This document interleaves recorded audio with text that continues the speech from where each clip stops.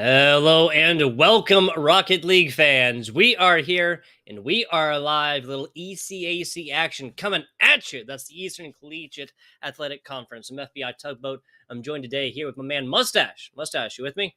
I'm here. I'm ready. I'm excited to see these two teams, Kentucky, University of Kentucky and Ball State. I'm a hometown fan of these Ball State Cardinals. They are literally an hour away from where I am sitting. I can drive and see them live, but I'm here in my home and I'm excited to see what they can bring against University of Kentucky. Publicly admitting a love for an Indiana school. It's bold statements here from the Mustache, but it's almost gotten away from me. We got to talk about the organizations that do make broadcasts like these possible here for the ECAC. Why do you play games? Lenovo Legion knows that you play to win. To stand out from that competition, you need equipment that matches the speeds of your thoughts and your actions. The Legion Y25 monitor delivers those wins in the toughest and most critical of situations. It's got that extreme 1 millisecond delay. It's got the insane 240 hertz refresh rate, which means that the Legion Y25 doesn't just keep up, does a lot more. Cannot do your taxes for you at this point in time, though.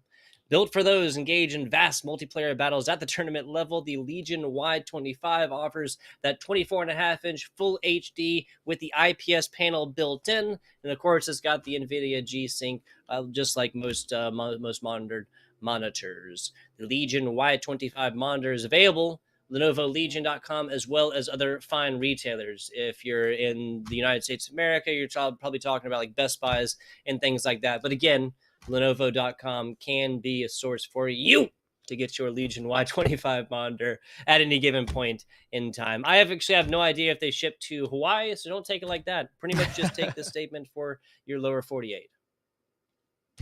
Yeah, I'm sure the shipping costs, if it does go to Hawaii, are quite large. But hey, I can imagine. Hawaiians, they need the good monitors too. I'd love to get a hold of this monitor.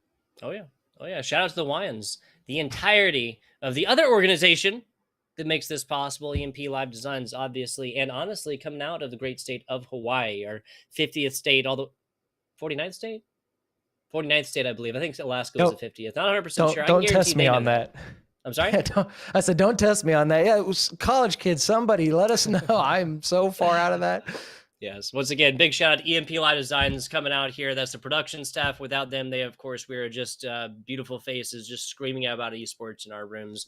And EMP Live Designs, in this particular situation, PogChamp out there producing away, making our jobs as casters so much easier. Enough talking about the other people, though. Let's get into Rocket League action, right? Jeez, you're talking too much, Mustache. 3-1 Kentucky right. Coming in here against 4-0 Ball State, as you kind of mentioned. Take me through how these teams have gotten here, Mustache.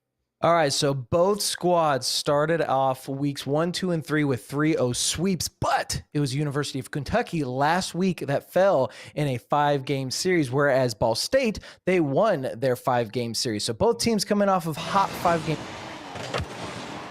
Keep that going here, and we get a full best of 5, or are one of these teams going to try and come out and end this in the sweep? That is the question. My prediction is obviously going to be on Ball State, just because they are hometown heroes for me, but also because I do feel like Ball State can come off of the momentum that they have with the 4-0 series or 4-0 record right now, whereas University of Kentucky, they've got that one loss that might be a little bit of a mental fortitude that they're going to have to surpass, but a good start here. University of Kentucky on the blue, Ball State, your orange squad for this best of 5 matchup. And we see Ball State on their push, but a good midfield control coming out from UK. Yeah, I am 100% with it. It's 45 seconds into this one. No clear advantage quite so far. Yes, that's some very impressive offensive pressure from your Kentucky University squad. That's the Wildcats, of course, taking on the Ball State Cardinals. Redbird, excuse me. Oh, but the defense going to have to come out for your Cardinals as they are stuck over here on their back third. University of Kentucky putting a lot of pressure. It was festive to try to start the festivities with a goal, but wasn't able to get it past this defense that is still working a little overtime. University of Kentucky constantly putting bombardment on the backboard. And these passing plays really developing, but again, the defense holding out for the Cardinals. They're still stuck back here. It's been almost a minute and a half, and we are just trying to get out of harm's reach if you're a Cardinal fan. Yeah, dude, that's Zeth there. Maybe new to PS5, not new to defense or performances, though. Not by any shape or stretch of the imagination. High time up top, that's 3-1-4. Still 0-0, no score difference here, Mustache. They are constantly trading blows, but I do feel that it has been Ball State stuck over here on defense for quite some time. They finally get a little bit of a break on the transition, able to get it over to the University of Kentucky half. Luigi was just trying to stop it in that midfield to keep that pressure going, not able to do so. Still see a Ball State control and getting a little bit more methodical with their plays, but the boost starvation really starting to set in for Ball State. Marathon, not a sprint here, at least for the time being, as we're hitting close to halftime now. Again, no scores on boards. Festive, little bicycle kick, putting this one up. Matt trying to meet him there, but it's going to be Festive taking down the first of the demos in this matchup. Back on over, and both teams have gotten plenty of opportunity in the offensive third as well. Not for lack of trying, we'll say. No, I think both defenses are really doing what they need to. You said the offenses trying. Oh, and what a lucky break off of the challenge. No boost in the tank for get over, but he's able to get that ball over the defender just because of the challenge. That little bump. Oh, unfortunate for University of Kentucky, but Ball State, first one on the board. Yeah, wow, that's an attractive first goal, we'll call it. 105 kilometers per hour to begin with as well. Obviously, it's the only goal on broadcast so far. Still probably going to be the fastest. Oh my god, a second one! No. That's Luigi. Granted the second here for Ball State University. Luigi coming out of the plumbing pipe puts that one off the challenge. University of Kentucky, just these challenges are not working out for them, and it is so unfortunate because you hate to see goals like that happen if you're a player. There's not much you can do. You think that you have an opportunity, and just those awkward challenges, maybe the slight turn of the nose of your car can just quickly go awry. Ball State coming out with 2 goals because of the challenges working in their favor. That's exactly where you want to be if you're a Ball State fan. So now we see, was it Zeth trying to come in, see if he could start that push. Luigi right behind him, get over, trying to get over any defender in his way. But again, the pressure coming out from Ball State. Their defense really stepped up in the first half of the game, and I feel like their offense is really stepping up here in the second half. I can definitely dig that. That was a lot more. Wow, what a pinch play with the defender over on the other side. That's how you change possession, right? Yeah, that's exactly what you want to see.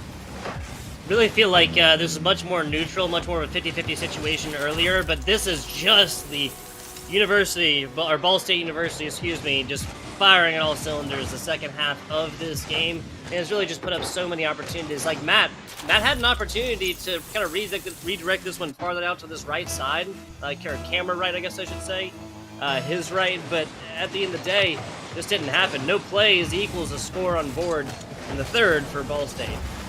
Yeah, that was a fantastic play by Ball State. Can they get another one? A demo's going to start to come out. You start to see the aggressiveness come out from University of Kentucky. And what a redirect coming out from, I believe it was Matt. He got a little bit of a doink on it. Festive putting a shot on Luigi, though, stopping it right in front of the net. And you see Zath trying to come in and lead the charge to give the opportunity out. Good passing play. Unfriable apples, though, trying to set it up. He finally is able to get the assist he was looking for before. Crossbar down. Luigi just can't get the clear. Festive in the back. Yeah, that's going to be the first here for Kentucky. Even if it ends at this scoreline here, Mustache, the name of the game is not ending a game one with a 0, with a goose egg that you put up across a 5-minute quarter or a 5-minute game of this matchup. Yeah, they want that one for the road. Get over, can't put that one over. He can't get it in between the posts, and he's going to throw up the OMG in the quick chat. But you're right. Kentucky getting that one goal, that's exactly what you want to see. Yes, they're not going to win game one, but that may be enough of a momentum push to give them a morale boost for game number 2. Ball State, though, looking very good here in game 1. Everybody joining it over here in the exclamations. Even if this one goes 2-3, it looks like it might. Nope, Zeth gets there. Zeth gets there, putting this one back on over. Zeth gets to the defense as well. Now playing this one off the corner. Willing to gun this one out and let it go, but that is Kentucky squad with a different look. The defense still showing up. The ball finally falls there. Ball State, Get Over had stopped in the middle of probably their own third, and I was surprised on how much Ball State was still putting on some great defense to block some shots. They end up getting 9 total saves. I'm assuming 2 of those are probably just off of attempts right there at 0 seconds. Ball State looking very good. Like I said, they had great defense at the beginning. They were able to transition it to even better offense towards that second half. Looking very good. University of Kentucky, though, they get that one goal. Is it going to be enough to boost their morale? Yeah, again, goose egg situations, never anything that you want to do in a game 1, but where my mind kind of goes to, Mustache, like, yeah, there's a little bit of wonkiness there at the 0 second, right? A little bit of back and forth, maybe a couple saves that may not have happened during regular time. And if this was a Ball State University squad that had, like, say 9 shot attempts or something like that, at the end of this game after that, then that'd be a different story. 14 shot attempts there, only one of them making in. And with the amount of saves on the other side, that tells me that Kentucky, again, not for lack of trying here, Mustache. This has been Kentucky with opportunity. It's been Kentucky with players in positions to actually make shots up. But at the end of the day, it's about passes and passes, then into points right here.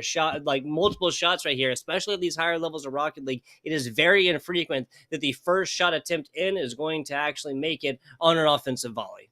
Oh, exactly. And you're right. They constantly put the shots on the backboard. Again, really 2 of those goals that Ball State had were just off of weird challenges. Otherwise, it really was going to be maybe a tie game because Matt missed a defensive clear, and there was the 3rd goal that Ball State had. And then otherwise, Kentucky had their 1 goal. Maybe we would have had an overtime instead of the 3-1 scoreline that we saw. We do need to see the defense step up for Kentucky, and they do right there. Festive, oh my God. Clear. Matt going to be able to put that one in. Great transition from University of Kentucky.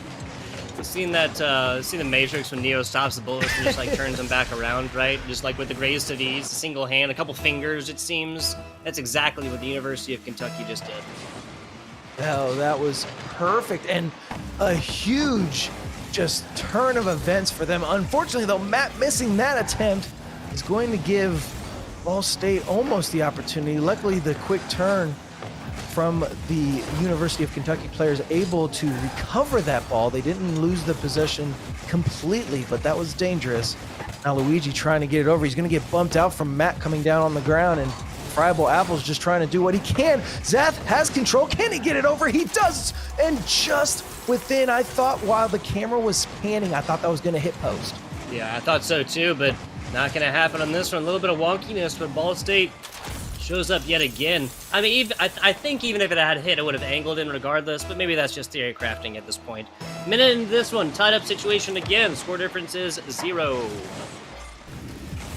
Just now past that first minute, and we see what will happen. Another awkward challenge. That one almost going in favor of University of Kentucky. Both squads going to have to watch how they're challenging. Another one. These ricochets coming out. Ooh. Get over. That one's not getting over him, but they're still going to put the pressure on.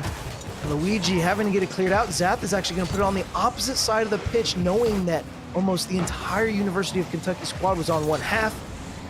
We see Matt by himself.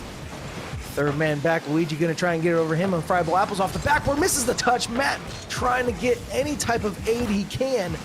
Ball State looking to see if they can punch one through.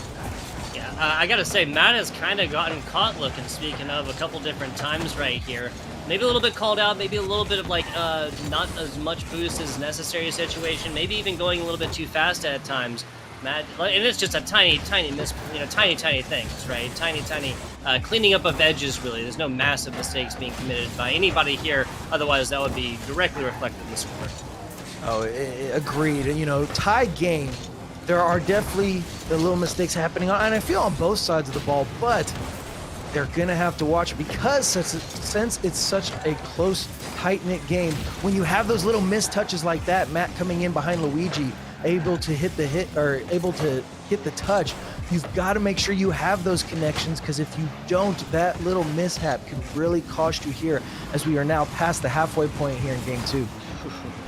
After a defense like that, I think I can hear the heartbeats of Ball State players from here, my friend. And that's going to be it right there. Maybe the heartbeat stops as UK puts in the second. I saw all 3 players from Ball State. There's Zathis just caught looking and a good passing play between Unfriable and Festive to put that one in. 2:22 left on the clock. 2 on the board for University of Kentucky, leading by 1, but plenty of time. Can Ball State get the tying goal they need? A few missed touches there as the possession passes between the two. They've just got to get it past this halfway point, or this midpoint rather, where Unfriable Apples has it. Get over though, gets it over 1, gets it over 2, and gets it in the net, and we do get the tying goal. Fantastic stuff from this get over player for Ball State University. Doing everything, both sides of this pitch, right? Offense, we've seen it just like that right there. Defense, we've seen it multiple times. Get over has had backward plays, backward passes that I dream of in my most wildest of them. Then just hitting him easily like he's finding lint in his pocket. Well, what does he have in his pocket left? He's actually going to leave that one alone as Matt gets the touch out to Unfriable Apples. Festive coming in, Lex not to go for it. Luigi does put the shot on. Matt having to quickly turn, get that save. That was on target, and I was kind of looking at both University of Kentucky players, wondering who was going to challenge it first, and I think Matt finally called, said, hey, I've got it, but I believe he was low boost. Nevertheless, they do get it cleared out. A little bit of a double commit coming out from Ball State. Get over, not going for this one. Matt puts the shot on. Does Get Over have the boost? He puts it off his own crossbar, almost an own goal, and we are still tied up with 1:14 left. People, if you hear me say that's why you gotta play these games, even if you gotta play these balls, even if you put it in yourself, doesn't matter. It's the same situation, and technical own goals does not matter when it talks about points on the board. That's why you play those exactly right there.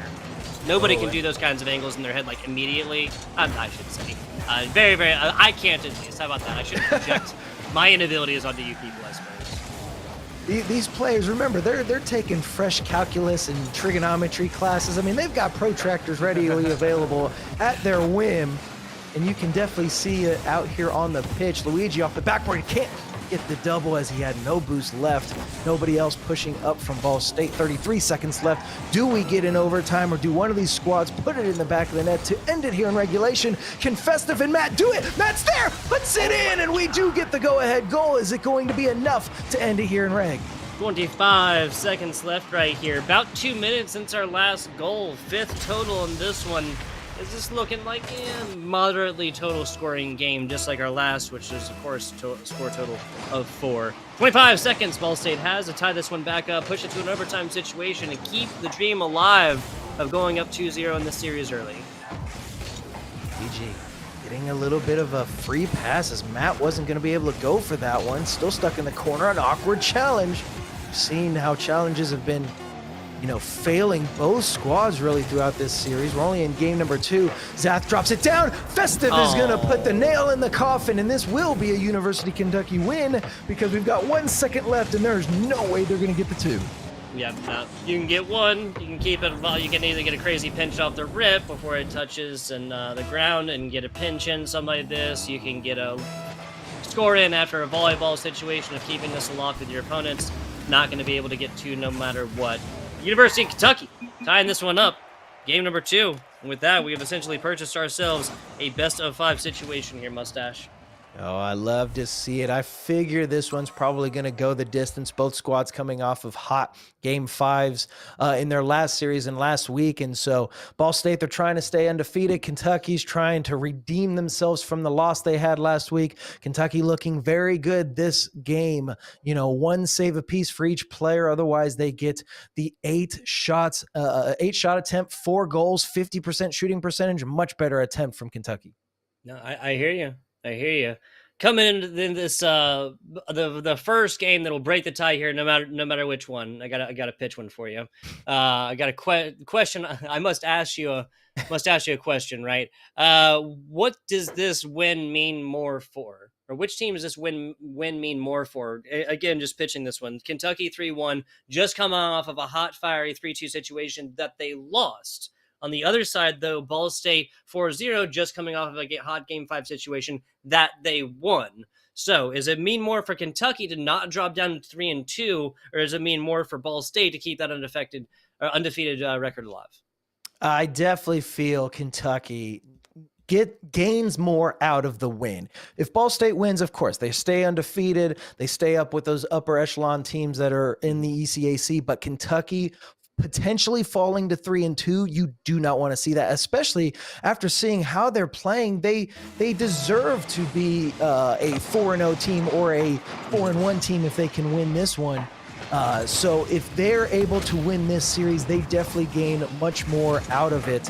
And I feel Ball State will, even though, of course, you want to be undefeated, but they're playing their hearts out right now. And I'm sure they are not happy about the loss they received last week. Nobody's advantage really right now. True neutral situation, no scores on board after a tied up game 2 here. But I gotta agree with you. There's entire theory crafting behind the idea of well, is a team gonna go undefeated through a regular season? It's incredibly hard. The ECAC has stacked teams. So it's kind of like one of those things, if we're going to take even just one L, would it kind of be better to do it early? But on the other side, if Kentucky was 4-1, then taking an L here and going down to 4-2 may not be that big a deal. But 3-2, that means you take one more L, you're back to a 500, win-loss record after opening up a season, 3 straight wins, and 3-0 victories at that. 100% agree. Sorry to go on long about it, but the mental there is just so interesting. And you know what? You can just tell how much both these squads are really trying to get this series win, as we are still 0-0 here as we approach the minute and a half elapsed in the game. Festive trying to put a shot on, get over with the challenge. Zath challenging Matt in the air, a quick attack, and nobody there on the sides from Ball State to try and put this one in. A waterfall down. Luigi on his his wave dash to try to get over to the corner boost. A little bit of bump between squads, trying to just take out defenders as Ball State are continuing this offensive push. Matt's going to get a nice little ground pinch to pop it up. Get over is already in the air. No boost left. Seth gets it to the midfield. But University Festive not going to be able to do that. University of Kentucky, they have an opportunity. It's wide open net. Nobody there. What? The double commit. I thought Luigi was going to be able to get there, and I feel like University of Kentucky was given a goal here. Oh, okay. So get over actually combines with Zeth over here on the side, and Luigi is already looking to the future. Luigi's already looking to this at least middle part of the field, middle part of the pitch, as they should, right?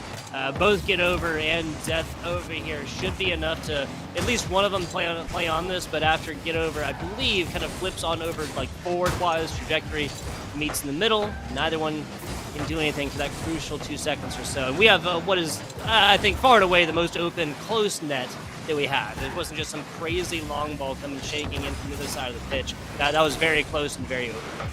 Oh, indeed. And now I've noticed a few attempts to come out from University of Kentucky where they're constantly putting shots and attempts on the backboard. This one is going to be yet another one, but I'm noticing that University of Kentucky is really starting to try to take out defenders. Luigi has an opportunity off the crossbar down, maybe off the backboard. It would have been a little bit easier for Zap to make the play, but a little lucky break from that crossbar as it becomes the 4th player on the pitch for University of Kentucky.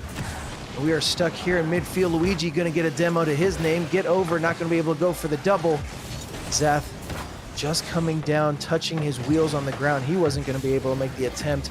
Noticing that Ball State really starting to stack up with each other on sides of the pitch. They're going to have to get, a 1-2 attack going. They're going to have to get on both sides of the pitch to really make sure that you're able to kind of clean up on anything. Matt does get the touch.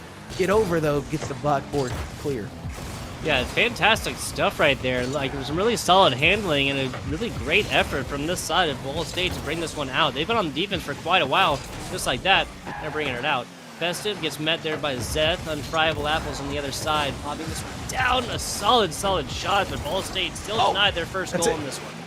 Oh, Luigi wanted to push a good recovery from the defense from University of Kentucky. I thought that was going to be the break that Ball State needed. It does bounce out off of an awkward 50 from Zeth and Matt. Matt's going to get bumped, get over off the backboard. Does he get one more touch? No, Festive's going to take that one away. Yeah, no opportunity there afterwards. Luigi's trying to roll this one up, gets back tires on this on a really weird back flip, but that does keep that there, at least for time being.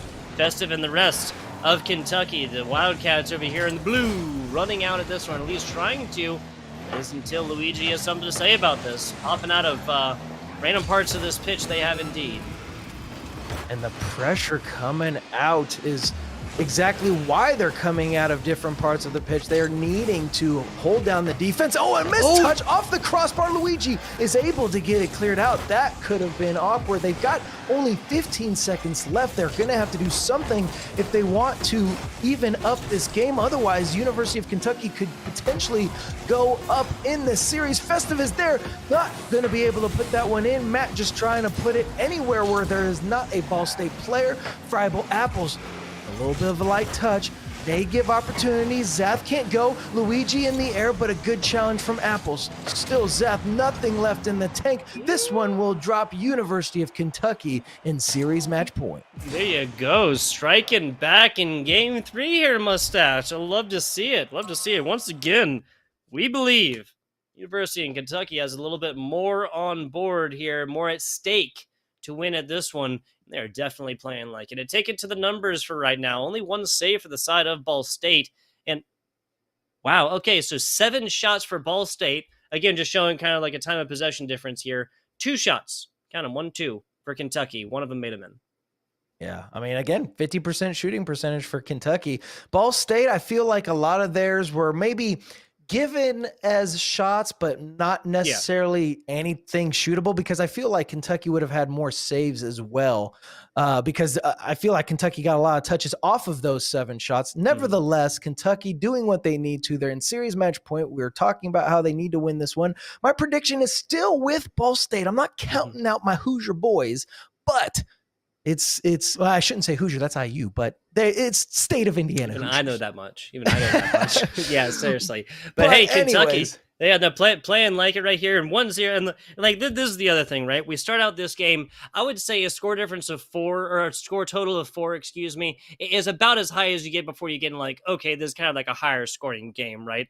6 in game 2 is definitely a higher scoring game, for example. But then we really switched gears here to go into a game 3 that goes down to 1-0. No overtime situations, but goes down to 1-0 just outside the end of that clock. Yes, Kentucky is up on match point right now, but I am fraught to try and put any predictions up on boards here, Mustache.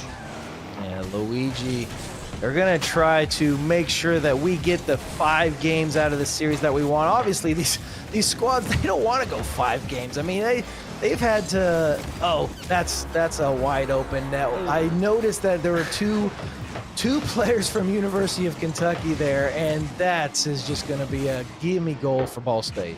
Yeah, and I got to say that this just comes, I'm not going to call it easy for Ball State, but I got to say, they must be thinking, damn, I really wish that had happened 20 seconds ago. Right. We could have still been watching that game if that goal had happened, again, about 25, 30 seconds earlier for this squad. Not going to matter, though. Different timelines we're living in now.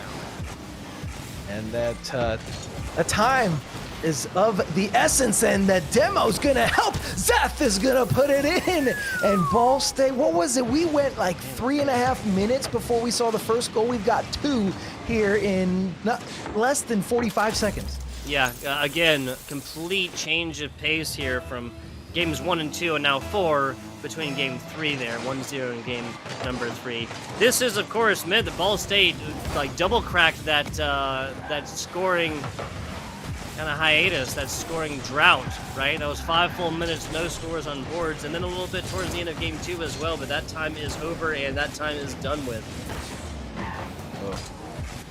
That time was almost there for Kentucky as they were almost having an opportunity, but Kentucky gets caught off guard on the overcommit, and another one in for Ball State. This is exactly what you want if you're a Cardinal fan. I am lost. No sauce necessary. Minute and 7 seconds into this one, and Ball State's showing up in every way, shape, and form when we're talking about offense. That has been some fantastic stuff, and checking the numbers, yes, that's two different. It's not just like this is Zeth that is absolutely dumbing out. Like, yes, he's got both scores in the assist, but Get Over has the one as well. Luigi showing up for assists as well of their own, and with 2 saves.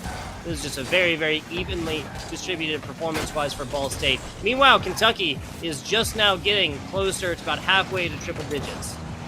Points-wise, that is. Right, and you know, the only saving grace that University of Kentucky has right now is because all of the goals happen so quickly, it gives them plenty of time to try to get any rebuttal, and it's a potential setup right there. It is going to go in the back of the net. Festive putting the first one on the board for Kentucky. Yeah, no goose egg situations here for the Wildcats. They will always strike in some way, shape, or form. What we're at right now, though, is the ending scoreline from Game 1, people. Still got plenty of time left. 3 minutes, 13 seconds to be exact here in this Game 4. And possible last game. A lot more from Kentucky is necessary to make this the last one, though. Yeah, we obviously want to see the 5 Oh games my God. in. The missed touch is going to get over another goal to his name. 3 minutes left in regulation. We are back to the 3-goal deficit. Once again, Kentucky really caught looking at this one. Really caught looking at Cardinals just swoop in at this. Pick up an open ball, easily shank this one in from the outside. Apples, he's got control. Leaves it for Festive because he had no boost left. These challenges, I don't think I've ever seen so many challenges kind of get the awkward touches that we're getting. And it's not necessarily, you know, one player doing it perfectly for Kentucky or vice versa on Ball State. Oh, an attempt, and Luigi with the Savior medal, and rightfully so. What a fantastic touch, and it almost maybe a little bit of a help from Zath, but nevertheless, Luigi stretches for that one and gets the save yet again. Apple's gonna try and put one more. Get Over gets that clear. The defense coming out strong yet again for Ball State. It seriously is. They have faced an onslaught of offensive pressure that doesn't seem to be over quite yet either, and they have stood facing it every single time. Apples. Oh, Festive getting bumped from that one, and that is going to give some breathing room. Oh, I thought Luigi was going to get the redirect down. He wanted it. Matt gets the save. A little bit of a bump and grind coming out from Luigi and Apples as they're connecting over here in the University of Kentucky corner. Luigi as your third man back, can't get the touch. Matt's going to put it on, crossbar down, but because of an aid from a Ball State player, Kentucky gets the goal. Yeah, so a little bit of a little bit of back and forth. Luigi just trying to make ground clearance easily. Actually does shank this one in. So I'll say that's the first like actual own goal, really, because that one is a little bit more predictable. That wasn't just a defensive player, you know, going for a ball that was already going. You know, a stat that I want to see in Rocket League added, and I want this on any type of broadcast, is I'd like to see errors similar to like MLB. Can we see, you know, when you get how many times a team may make a missed play or a missed challenge? That's not a missed challenge. That's a good one from Zath, and he puts it back up to the 3-goal lead. They are constantly wanting to make this a comfortable transition to Game 5. I tried to count the number of times Zeth actually touched that in the last like 5 seconds there, and once we hit double digits, I realized my arithmetic don't go that high. That was some crazy stuff from Zeth, some perfect play, and really just controlling the hitbox of this car absolutely perfectly as he just walked the dog all the way into that one. We're just outside, about 70 seconds away from a Game 5 situation. Oh, and that's a close call. Matt was trying to see if he could extend this game. I mean, a minute left. They've got some time, and it's not impossible to see them get the tying goal, but they are definitely going to need something quick, and they cannot let this one get over to their own half if they're going to want to try and see what they can do. Matt's going to get this clear. He's got control, trying to get it over. Get over. Festive is there, doesn't connect. Apples puts it in. And there's the start. 42 seconds left. Filling up quick chat in the top left indeed. Some fantastic stuff. Is Kentucky not willing to give this one up quite yet? I mean, I gotta say, 60 seconds, score difference of 3 on there, a little bit of a different story, but now 42 seconds, score difference of 2. Dream still alive for Kentucky. I mean, what we saw in 21 seconds, we saw 2 goals come out from Ball State. I mean, it's definitely possible they get one. They need 1 goal every 20-something seconds, and they'd be able to get this all tied up. Of course, if you're a Ball State fan, you don't want to see that happen. An awkward pinch. Matt setting it up. Festive is there. Does he put it in? They double. Apples is going to stop it in front of the net. Zath just tries to keep away. Little schoolyard tactic here.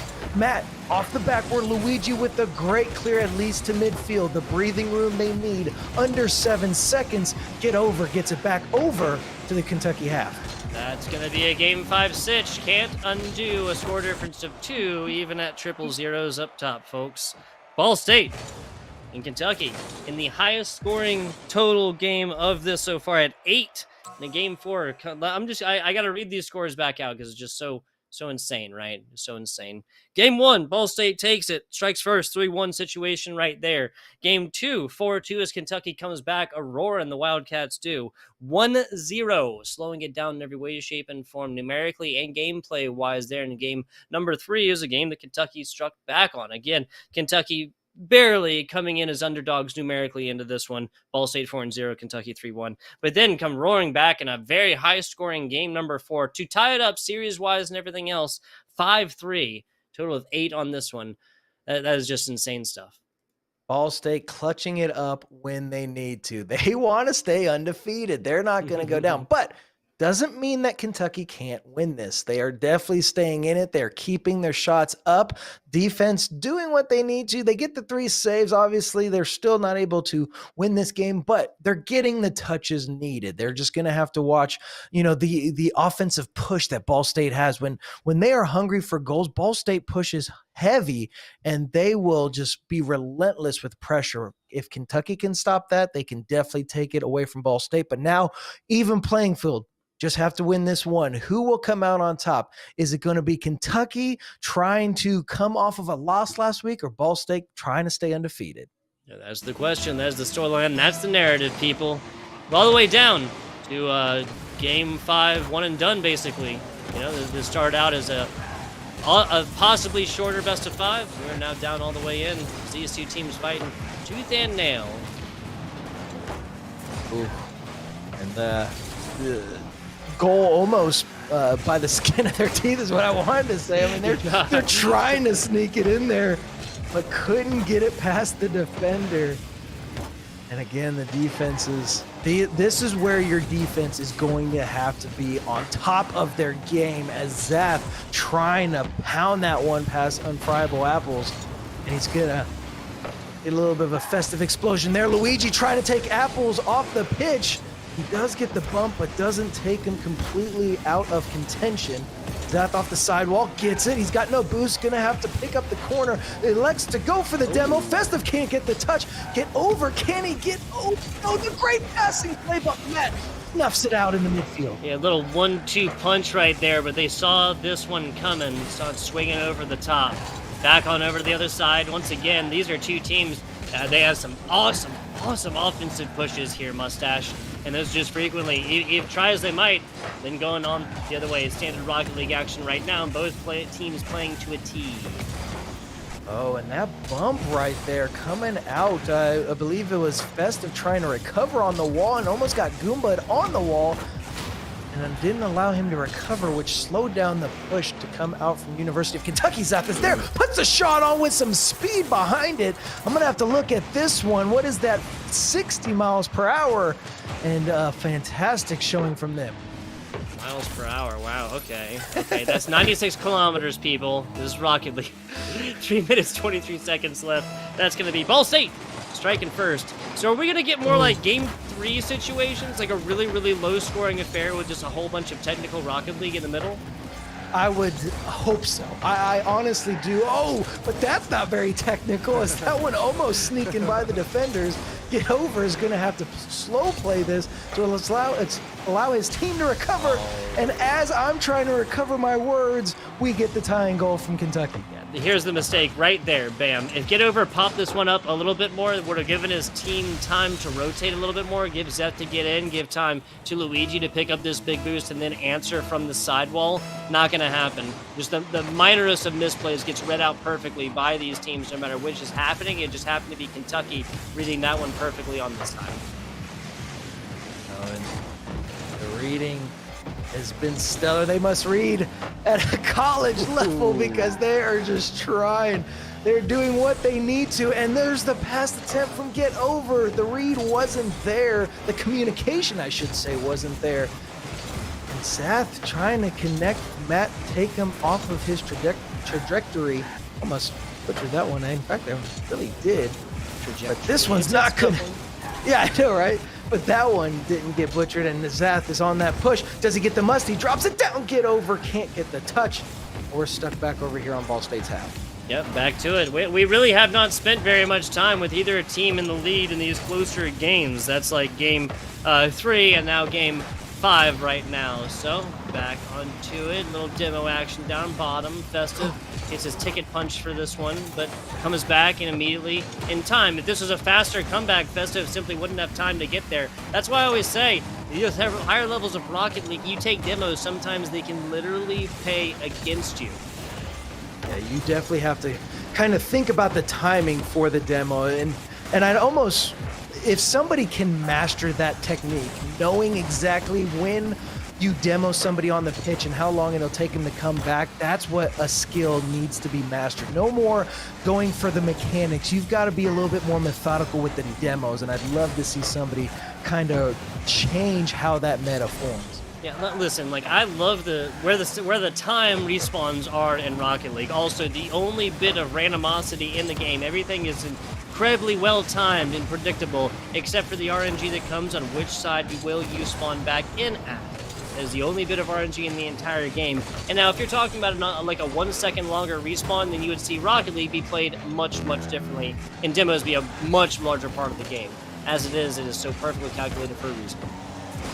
And those calculations are ever so important.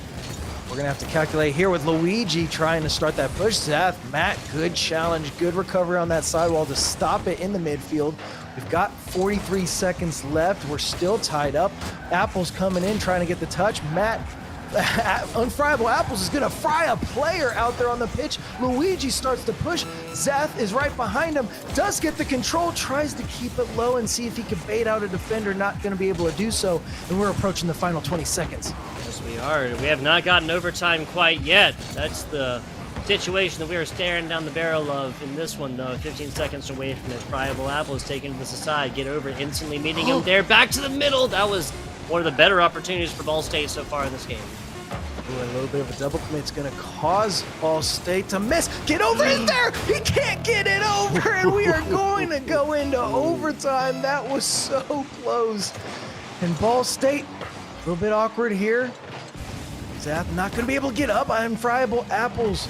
I just hesitated. I wanted to see what Apples could do with that ball. He does get the touch, not able to do much with it. Friable Apples going to get another demo out there on the pitch. The challenge coming out from Zeth, and Matt's got the control. On target it is, but Luigi's going to get the clear off the backboard. A nice little uppercut action on this one to send it against top wall, or top roof, excuse me, and more. Buying team time, Luigi stretches out to it and gets it yet again. We've been talking defense, we've been screaming Luigi's name a lot for a reason. Oh, does it go in? Oh my goodness, the pinch off the post. Luigi with the savior medal, and again, rightfully so. But no, Matt puts it in, and University of Kentucky are going to take the series. It's going to be Kentucky in 5 right here. The Wildcats showing up in game 5. Only time we got an overtime as well. And what, they take their games at 2 score difference, 1 score difference. This is pretty, yeah, that's going to actually completely equal out these score differences, like total wise across these 5 games, or yeah, across these 5 games from these two teams. It's just some crazy stuff. I have not seen a game of Rocket League go down to be like this close, even if the score belies it and like the score difference of 2 sometimes, in a very long time, Mustache.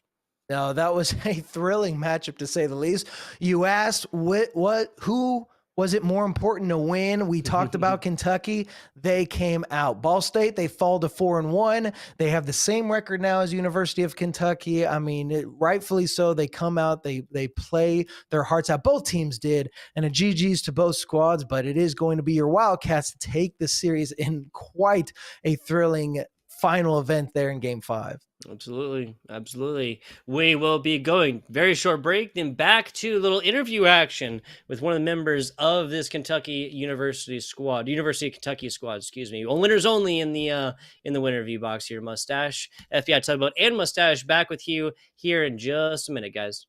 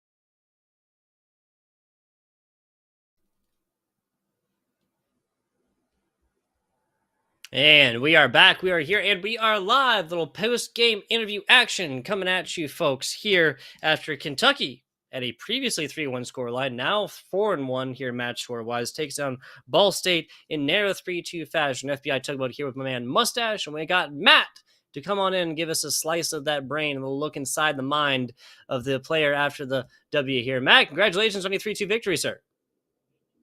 Not a problem. Not a problem. All Mustache, right, so take it away. Matt, you guys, like I said, I'm here in Indiana with Ball State. I was rooting for them. You guys played your hearts out. Kentucky Wildcats always seem to be a thorn in Indiana schools' sides. But I just got to ask, it's not even going to be about the match. You guys played your hearts out. Congratulations. I want to know, how long have you guys been playing together? I know how college is. Everybody comes in different semesters, different years. So how long have you guys been playing together?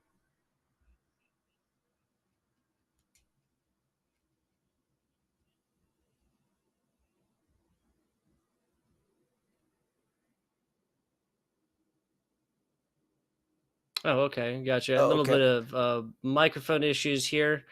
Brecken will throw it to a very no. We just gotta switch there and then transition. Then when he comes back, there you go. We'll have it there. Some fantastic points, and like Mustache said, little intrastate rivalry. Intrastate. I never knew the difference, honestly.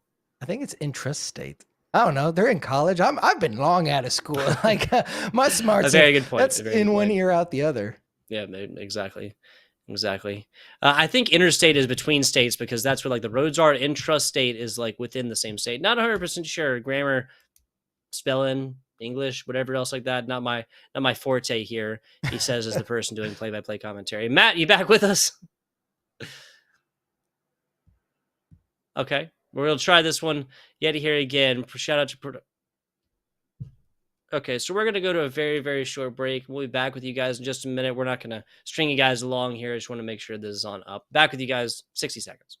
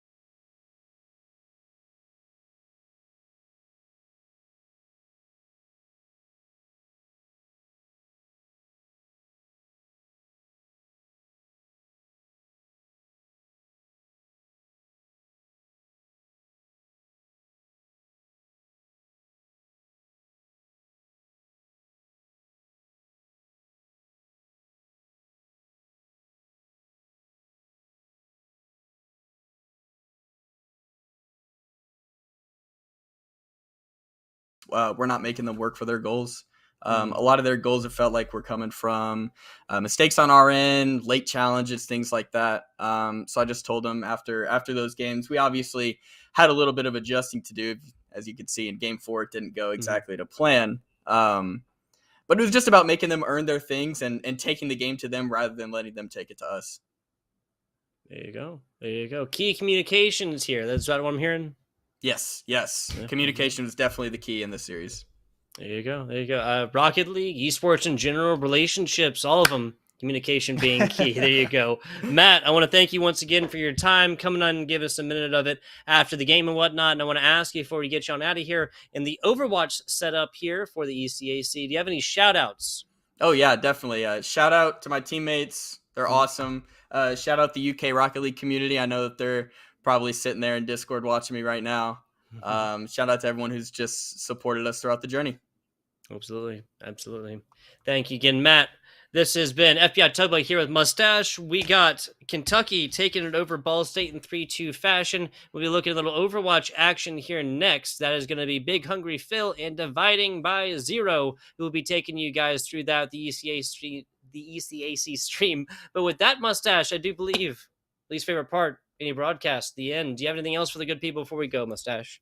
Oh, congratulations again to University of Kentucky. You guys played your hearts out. And GG's out there to Ball State, of course, playing as well. Both 4-1. Excited to see what you guys have for the rest of the season. Definitely. Thank you all so much. Not a problem. Not a problem. Overwatch here soon, guys.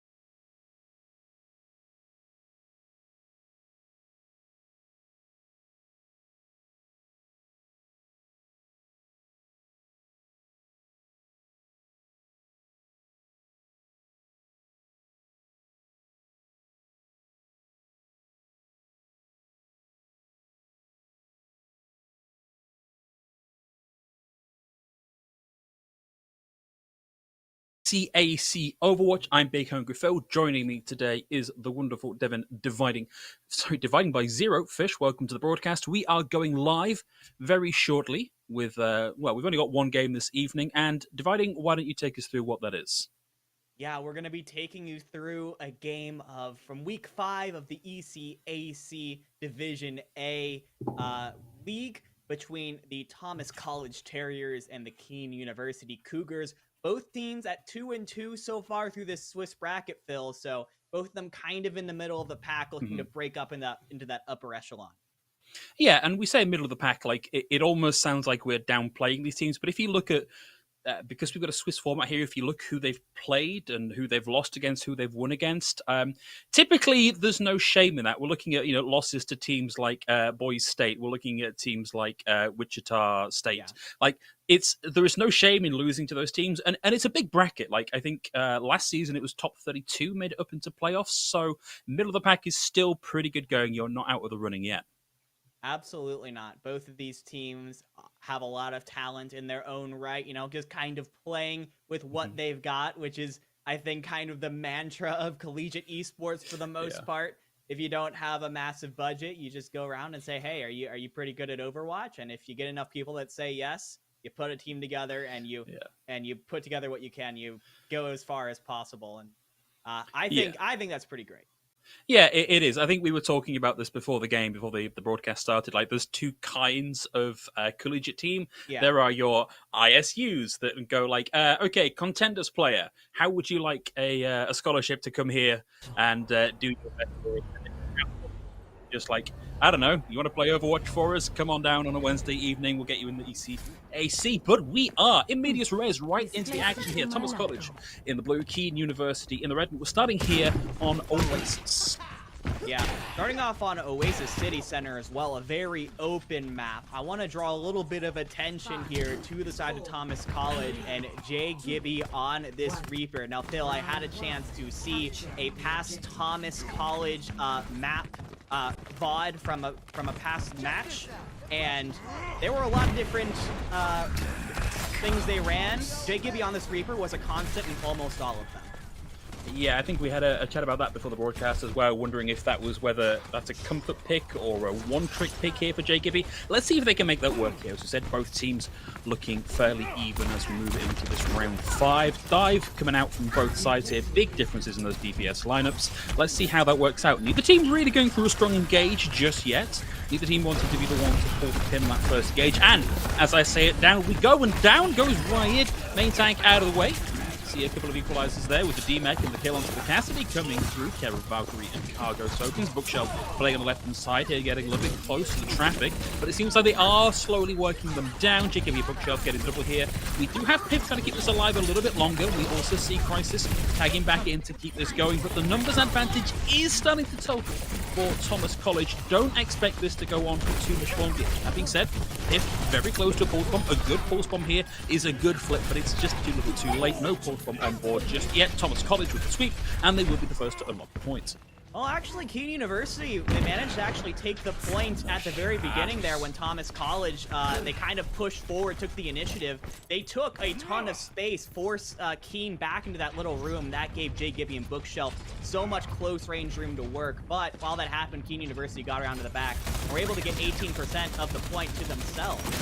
And now they're going to be coming back into this one with the Mines and Piff's Pulse Bomb available, potentially going to be able to force Thomas College off this preppy high ground spot they have set up. Nice big power drive, that's 2 caught in that, but Leon actually punched out of the way, and you may get the minefields out here from Leo, but it's not been enough. 3 kills very quickly. Yes, Valkyrie is going to fall to the mines, but that's done and dusted, and now you've lost the team fight, and Thomas College can start to use those mines to generate ult charge for Spoiled Milk again.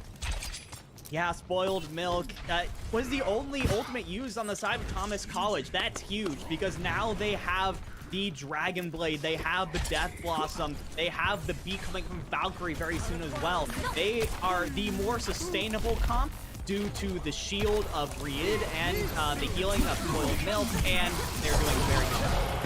Oh, wow, nice big dash there from Bookshelf. Out comes the blade. Down goes what is left of Kean University. Bookshelf with the double, and this is at the 70% mark here. If they can drag out this fight a little bit longer, it's going to be last fight territory for Kean University by the time they even step foot back onto the point. Yeah, but Kean University, they back out really quick. I think they are just as aware of that as you are, though Bookshelf finding Piff in the back is going to force this for sure in the last fight territory. And again, it was just one ultimate, I think actually two, used for Thomas College. They still have the ultimate advantage here, Phil. It feels like they've had it this entire round. Yeah, it feels like Waffle Iron and Beans are struggling a little bit to find purchase against Thomas College's comp, and therefore don't have the ultimates that you might like to help you alive. Having said that, at the last second, in it comes. Beans manages to get the rally online, keeps them alive through the death blossom, and allows Waffle Iron to take Jacoby out of it. Riyadh now out of Primal Rage and looking pretty vulnerable, drops the shield, did get out here, but won't survive overly long. The Spoiled Milk goes down, Pip holding on to Pulse Bomb and 9 HP, plenty of room left in the pockets with only that to carry through onto the Might Bookshelf. And Valkyrie down here, it's taken 99%, but Kean University have flipped the point, and now they've just got to hold on to it. It does not get much closer than that. Waffle Iron and Beans got their ultimates online just as Jay Gibby went in with the Death Blossom. A second too late and a couple of picks would have come through on that for sure, and we would have been going to round 2 already. But now Kean University, they're set up in their spawn positions with 3 ultimates of their own. Thomas College are at a disadvantage for the first time. Yeah, here's what I'm looking at for Thomas College, is the Bookshelf is very close to having the Dragon Blade, and Kean University used both support ults in that. Oh, that's a nice pick! Spoiled Milk down, Riyadh down as well. Thomas College have got to accept that as an L and head their way back to spawn. Try not to get staggered out too much here. They don't want to give over any more point control than they absolutely have to, but Bookshelf stayed in that a very long time. They did. They do pick off Waffle Iron, though, and that Zenyatta is going to take them a while to get back into the fight. Thomas College might be able to use that Lucio speed boost to potentially get back if they understand this and get back even quicker. That's exactly what they're doing. They could go in with the Coalescence and the Dragon Blade from Bookshelf to just overpower Kean.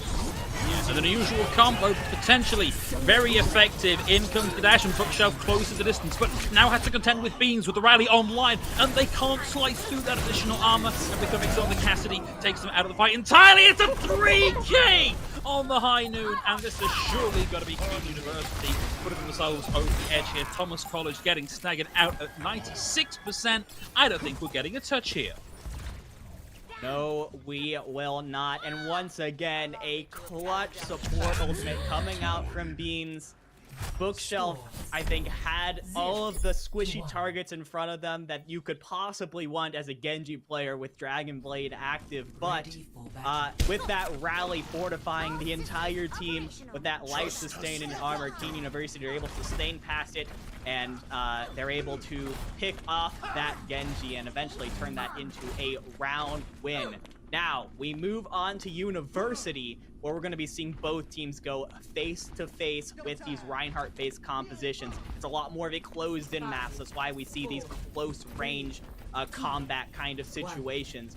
But I'm curious to see, is Piff going to stick on to this Metro, or will they swap after potentially trying to TP out of spawn? No, they're going to stick with it and try and set these Symmetra turrets up in this little side room for this for some sustaining damage. Well, the speed coupled with the teleporter has allowed them to take a into defensive position now that is all brawl here. Charge comes in, nice connect there from Riyadh, but puts them in a vulnerable position, and they will trade Reinhardt here. So even Stevens for now, Mortality Field already committed by Bean, so that particular piece of utility not on the table, but Piff has high energy, and members of Thomas College directly in their sight here. They back out, they step away, but they have unlocked the point here. They got just a little bit of a cap onto the point to allow that to happen, and now Kean University are going to back out here. Piff?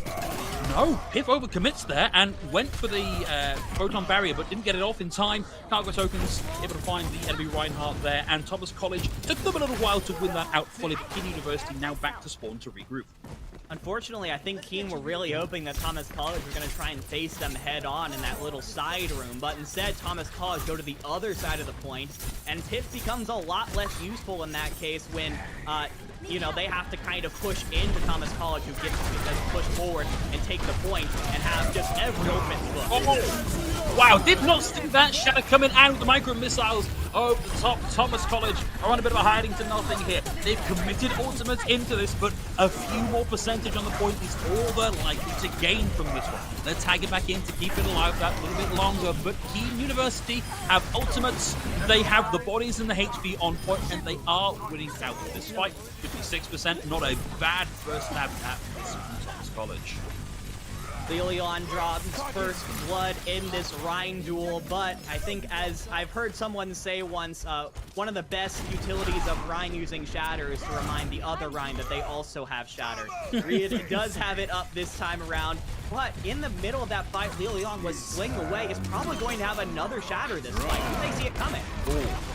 High Noon from Big Comics buys them some space, allows the rest of the team to push in. Leon has it, drops it! It's a fatty shatty, but the Blizzard comes out defensively, and it means that Leon is the one that goes down here. And spelling through the water, Thomas College surge forward. They're looking to get these few cleanup kills, and they'll be back on this point, keeping it contested. And the flip comes through. This is only 31% and counting here for Kean University. They're not stalling out for much longer. It's been a very quick flip back by Thomas College. Yeah, both these teams are playing at such a high tempo, and you have to in these kinds of compositions. You have to try and take the other team off guard, and Bookshelf just absolutely saved Thomas College's life there. To be thanking them profusely, because now they have the point, and both support ultimates, as well as a Shatter and a Death Blossom ready. Eva Bomb coming up too. They have so many tools to try and hold Kean at bay. Well, let's see which is the first grenade thrown from the salvo here in terms of ultimates. Well, no grenades. Excuse me, no ultimates required. Bookshelf with an icicle. Oh, 90%. Takes the Cummings out of it. Kean's got to make a move. Self-destruct in over the top. Everybody able to make themselves scarce to the back of that one. Nice wall. The Blizzard comes out. Beautiful defensive tool, and we get the Blizzard in over the top here. Thomas College looking good to round this one out. Every ult in the game thrown at this one for the last fight, but it's a guaranteed win. The wall comes up. Yes, there's a High Noon, but that was never going to go anywhere, was it, Big Comics, in the face of a full team of 6? Yeah, you can't move. You have giant flashing lights all in front of you. You have the loudest voice line in the game. Everyone on Thomas College just turns instantly to look at that Cassidy, and yeah, you're not going to be living very long there. Shout out the Bookshelf there. Getting that headshot on the May just completely takes the wind out of Kean University's sails. I think Thomas College, they had the advantage in that fight anyways because of the ult advantage, but getting that headshot just completely ruined any chance that Kean had. So now we move on to, are moving on to Gardens, which is the most open map in comparison of all of the teams, which is why we see the teams moving onto these wrecking balls that can take advantage of all this space with the grappling hooks. And most importantly, I think, the Farmercy coming out from Bookshelf and Valkyrie going to be raining down a lot of damage from the skies. ECAC is going to have a lot of pressure on them to try and take them out of the skies. Yeah, this is a quintessential Pharaoh map here. May as well take advantage of it. And, of course, the sightlines are so good here that you can catch Kean University rotating through. Doesn't matter if you land in direct, you're finding a lot of value regardless. Jacoby having a little less look here, but there's still trade coming through 1-for-1. And Bookshelf rotates to the left-hand side, fires in the rockets, lands the conk! And amazingly, Leon's able to latch on and get back onto the point. I felt for certain that was Leon taking a drink there. And you can just see how much pressure Thomas College is able to put on to Kean with this for Mercy right now. Even though Jay Gibby goes down early in that fight, Bookshelf is able to put out enough damage for both of them. Already 80% to a barrage. Well, Kean University coming back in. It's the power drive from Leon. Gives over almost half of the HP there, but runs back through and secures a big displacement. Puts Thomas College on the low ground, and Big Comics takes advantage of that one. The dive comes through. Fire part and parcel of that, playing down on the low ground, but has the barrage. Finds one, but in the meantime, 3, now 4 have gone down. Decided Thomas College and Kean University come back stronger than ever. They secured the flip, and I do wonder if we're going to see a swap here from Bookshelf, because that was rough for a Fire. It was a little rough. I mean, you kind of force everyone on Thomas College into that super small space. Bookshelf doesn't have as much room to work. It became a little There bit it tough is. there, and yet Bookshelf has decided to swap back over to that Genji that we saw on City Center. Again, I think a pick that didn't get a ton of great value the first time around. They're going to try it again, though. But they have to push into these mines, and then Pulse Bomb! Oh! Crouching Tiger, hidden Tracer, Valkyrie back to spawn. Care of Pulse Bomb. Thomas College, though, they know that that's over and done with. They can't go in without the Lucio, so expect them just to maybe stand and poke with the choke. Yeah, but it buys Kean a lot more time, and Waffle Iron is going to need that time. Just 9% away to a Transcendence. Could keep them alive through, well, the Diva Bomb won't keep them alive through Oh, that. that's rough, but it looks like it's worked out for Thomas College. That self-destruct buys some space and takes Crisis out of the mech. We'll have the remech here, but in the meantime, Thomas College have come in and made more than good use of that one. Finding the picks here they need to flip this round. This has been a very back-and-forth series just on this first map so far, Dividing. It has been. Both teams, I think, are playing extremely quickly here, Phil. They are both playing the just jump in before they can expect us kind of strategy. And it has worked, but it has worked on both sides, which is why we see these constant flips going on right now. Kean University now is going to have pretty much every ultimate except for that Transcendence coming up in this next one. Primal, and we get Death Blossom. Looks like Kean University were caught in the rotation through the left-hand side here, and the combination of ults just tenderizes them nicely. We'll have to contend with a rally, but Cargo Titans lands the melee and takes Beans out of this one. So Thomas College likely to take us very close to the last fight in this match, but Kean University will have many tools to play with. Every time I think these teams can't get more aggressive, can't play faster, it ends up happening. And I can't even get a sentence in where Kean is trying to go in and equalize with the mines to force all of Thomas College off of the point. May flush out some resources here. Certainly allows Kean University to get things a little bit more together and get into this fight. They can have Pulse Bomb again. We see two go down, but Bookshelf has the blade online, finds one dash through, and now both supports are off the table for Kean University, and it becomes a lot harder to sustain through this fight. Leon may have a big health ball here, may have all the swing in the world, but it is 99 to 75, and there is only Leon who can keep this going. And can they keep it going long enough to get the rest of the team back into the fight? Well, it's looking less and less likely as the overtime win ticks down.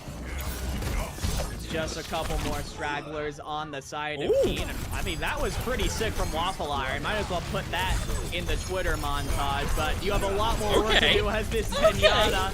It seems like, yes, Cargo Tokens gets in that Zenyatta's face, is going to finally put him down, but actually, you've got Leon back in this on. The Wrecking Ball is going to be able to get this for a little bit longer, and these desperate staggers, I feel like it's got to end eventually. Cargo Tokens has the Diva Bomb to force everyone off if needed. Spoiled Milk is about to have the Coalescence, and yes, finally, they managed to force that Tracer off the point, and Thomas College will take Oasis, but it was a very frantic map here, Phil. It felt like both teams were just trying to go faster than each other all the time, and because of that, the tempo just kept going up and up and up as the map progressed. Yeah, both teams trained by Sonic the Hedgehog here, the motto being gotta go fast. As this is the first game of the series, and we are on the most chaotic type of gameplay. Like, I can only imagine the speed with which we're going to be playing by the time we get to map 3 and maybe beyond here. Like, this should be, maybe if it's not our two strongest teams in the series, but maybe our two most closely matched teams we've had on broadcast. Like, I really want to see this go the distance. I think this is going to be a very, very fun series.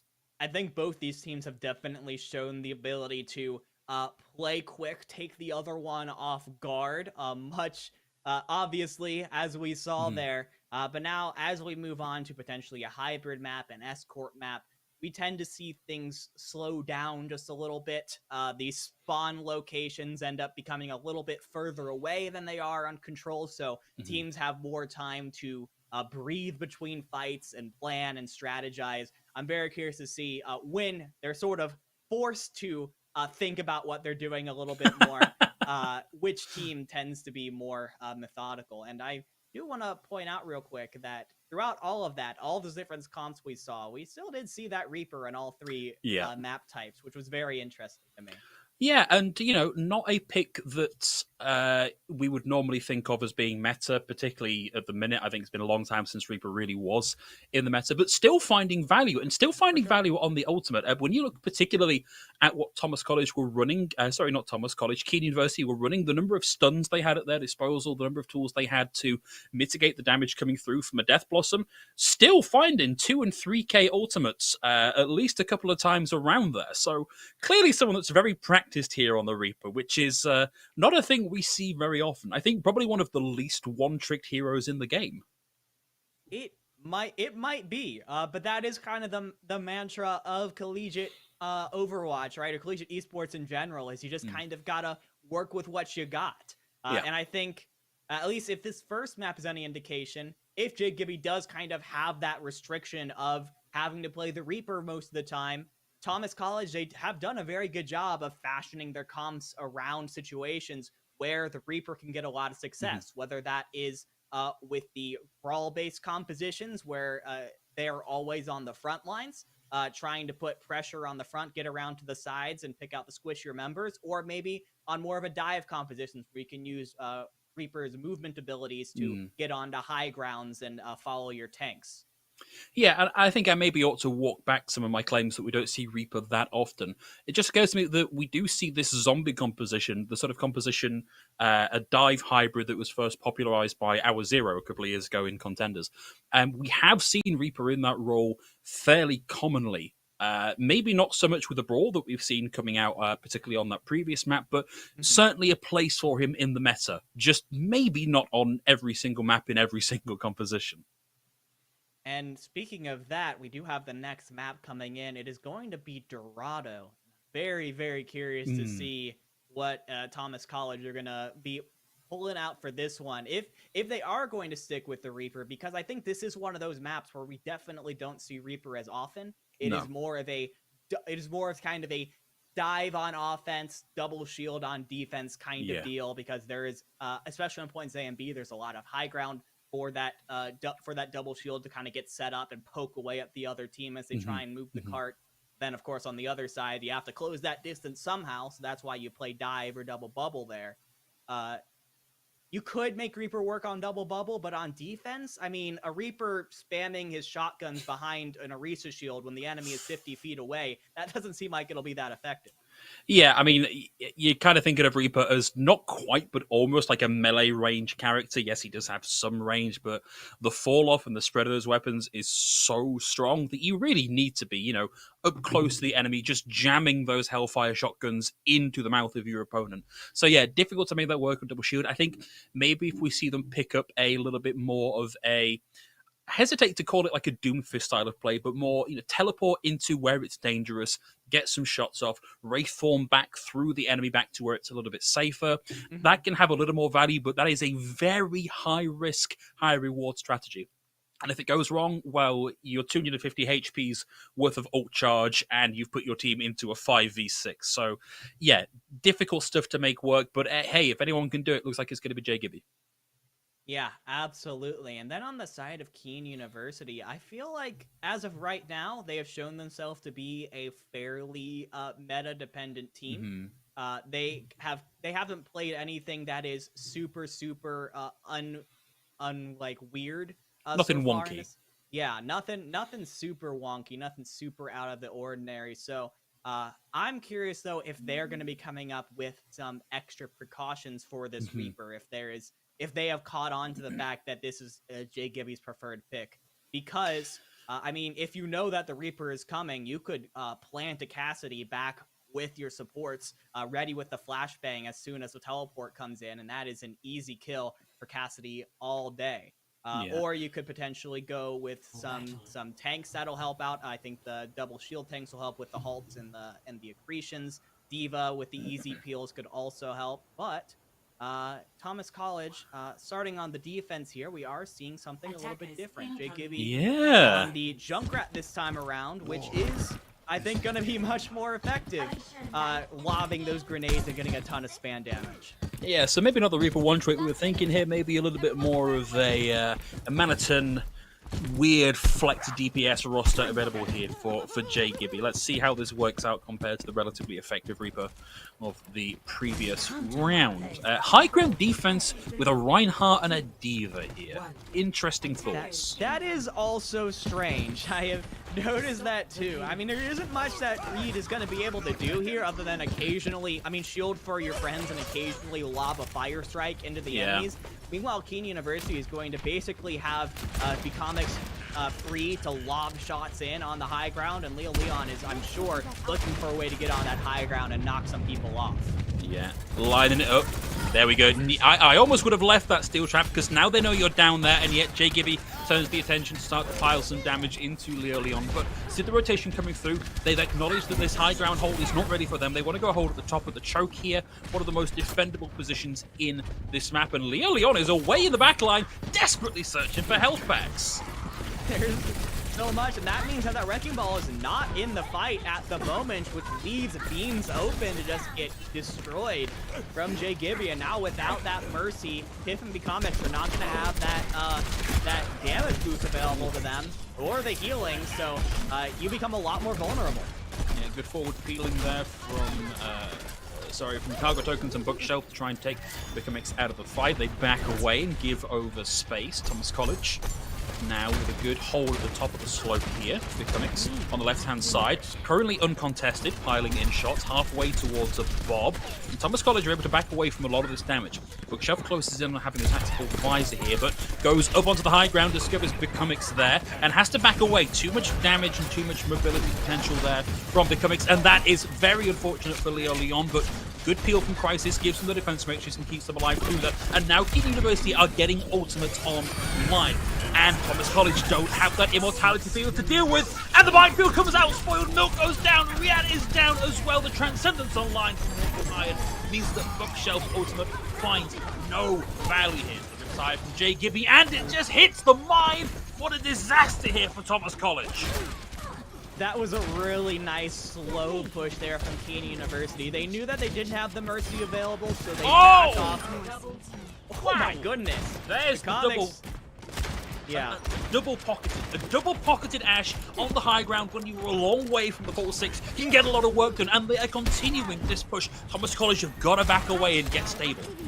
Yeah, Thomas College, now they force a couple of swaps out of them. Bookshelf was going to swap back over to that Genji, and Valkyrie's going to move over to the Genji also. Yeah, Valkyrie's going to move over to the Lucio in order to help Thomas College engage onto Kean University faster. They're still not quite sure what they want to play, still making swaps. And while that's going on, Kean University, they're already halfway through point B, and they haven't had to use any of the ultimates that they have. Beautiful stuff there. Knew exactly where the TP was coming through. But as Becomics turns to deal with the Reaper, in comes Riyadh and takes them down here. That's 1-for-1 traders. Jacob goes down, and it's an ult bonanza here. The Bob and the self-destruct committed. Thomas College falling apart here, though. Riyadh and Cargo Tokens, the only two left on the field, and that orb of Discord featured so heavily in the kill feed here is proving to be a real difference maker for Kean University. Thomas College, I think they spent just too much time in the spawn room trying to figure out who they wanted to play. Their dive came through and it was effective, but it was a little too split, and Kean University were able to come through together with their sort of anti-dive strategy and get those picks, and it only really took the Bob from Becomics. They still have a ton to work with. And look where Kean are able to play here. They've got so many angles. They can control this entire low ground space. And of course, Leo Leon is able to latch on and swing to win here. Drops the minefield, and they are starting to find kills. Kean University looking to be in a very good position to take Thomas College out of this fight for point B and roll us in onto point C. Jay Gibby tries to keep themselves alive through that. Will have Spoiled Milk to help them out, and they are burning time here, but ultimately it's a losing fight. This is just a rear guard action. Rocket to the moon for the Monkey, and this is going to be the cap into C for Kean. And I mean, when Thomas College made all of those swaps at the start of point B, they reset all of their point progress.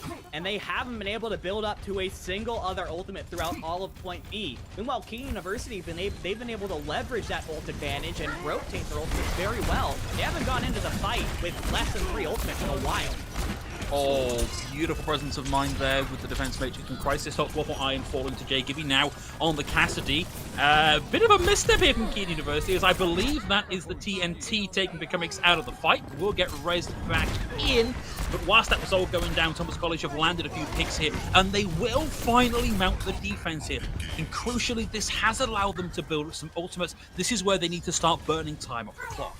Yeah, 3 minutes left on the clock. Kean University has at least 3, probably more like 4 or 5 good fights in them before time is really going to become an issue, especially with this fast-paced comp that they have. But yeah, you're right. Thomas College, they could have all 6 ultimates available depending on how much Jay Gibby's able to get done on this Cassidy, but Kean University has a ton of ultimates of their own. Okay, self-destruct, Minefield, Valkyrie, Primal Rage, and the self-destruct here, but all that committed so far in only 1 pick apiece, and it's support off the table for either team. Becomix playing on the low ground has committed the Bob, and between the Bob and the Minefield, a whole world of pain here for Thomas College.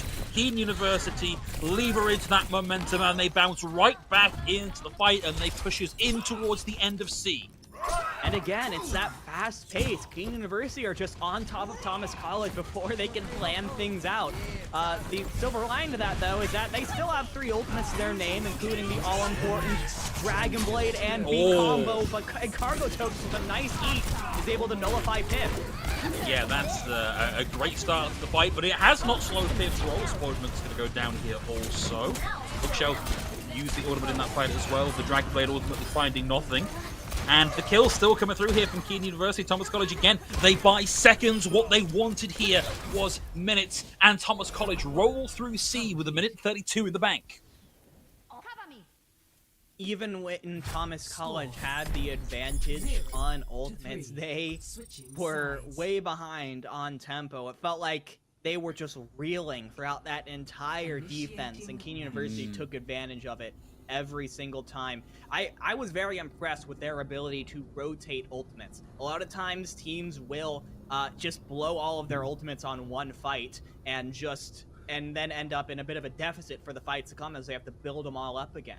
But Kean, when they realize, oh, we have like all 6 ultimates available to us in this fight, they only use 2 or 3 at a time in order to make sure that they had a healthy ult bank throughout the entire rest of the map, even when they lost. And that does take a lot of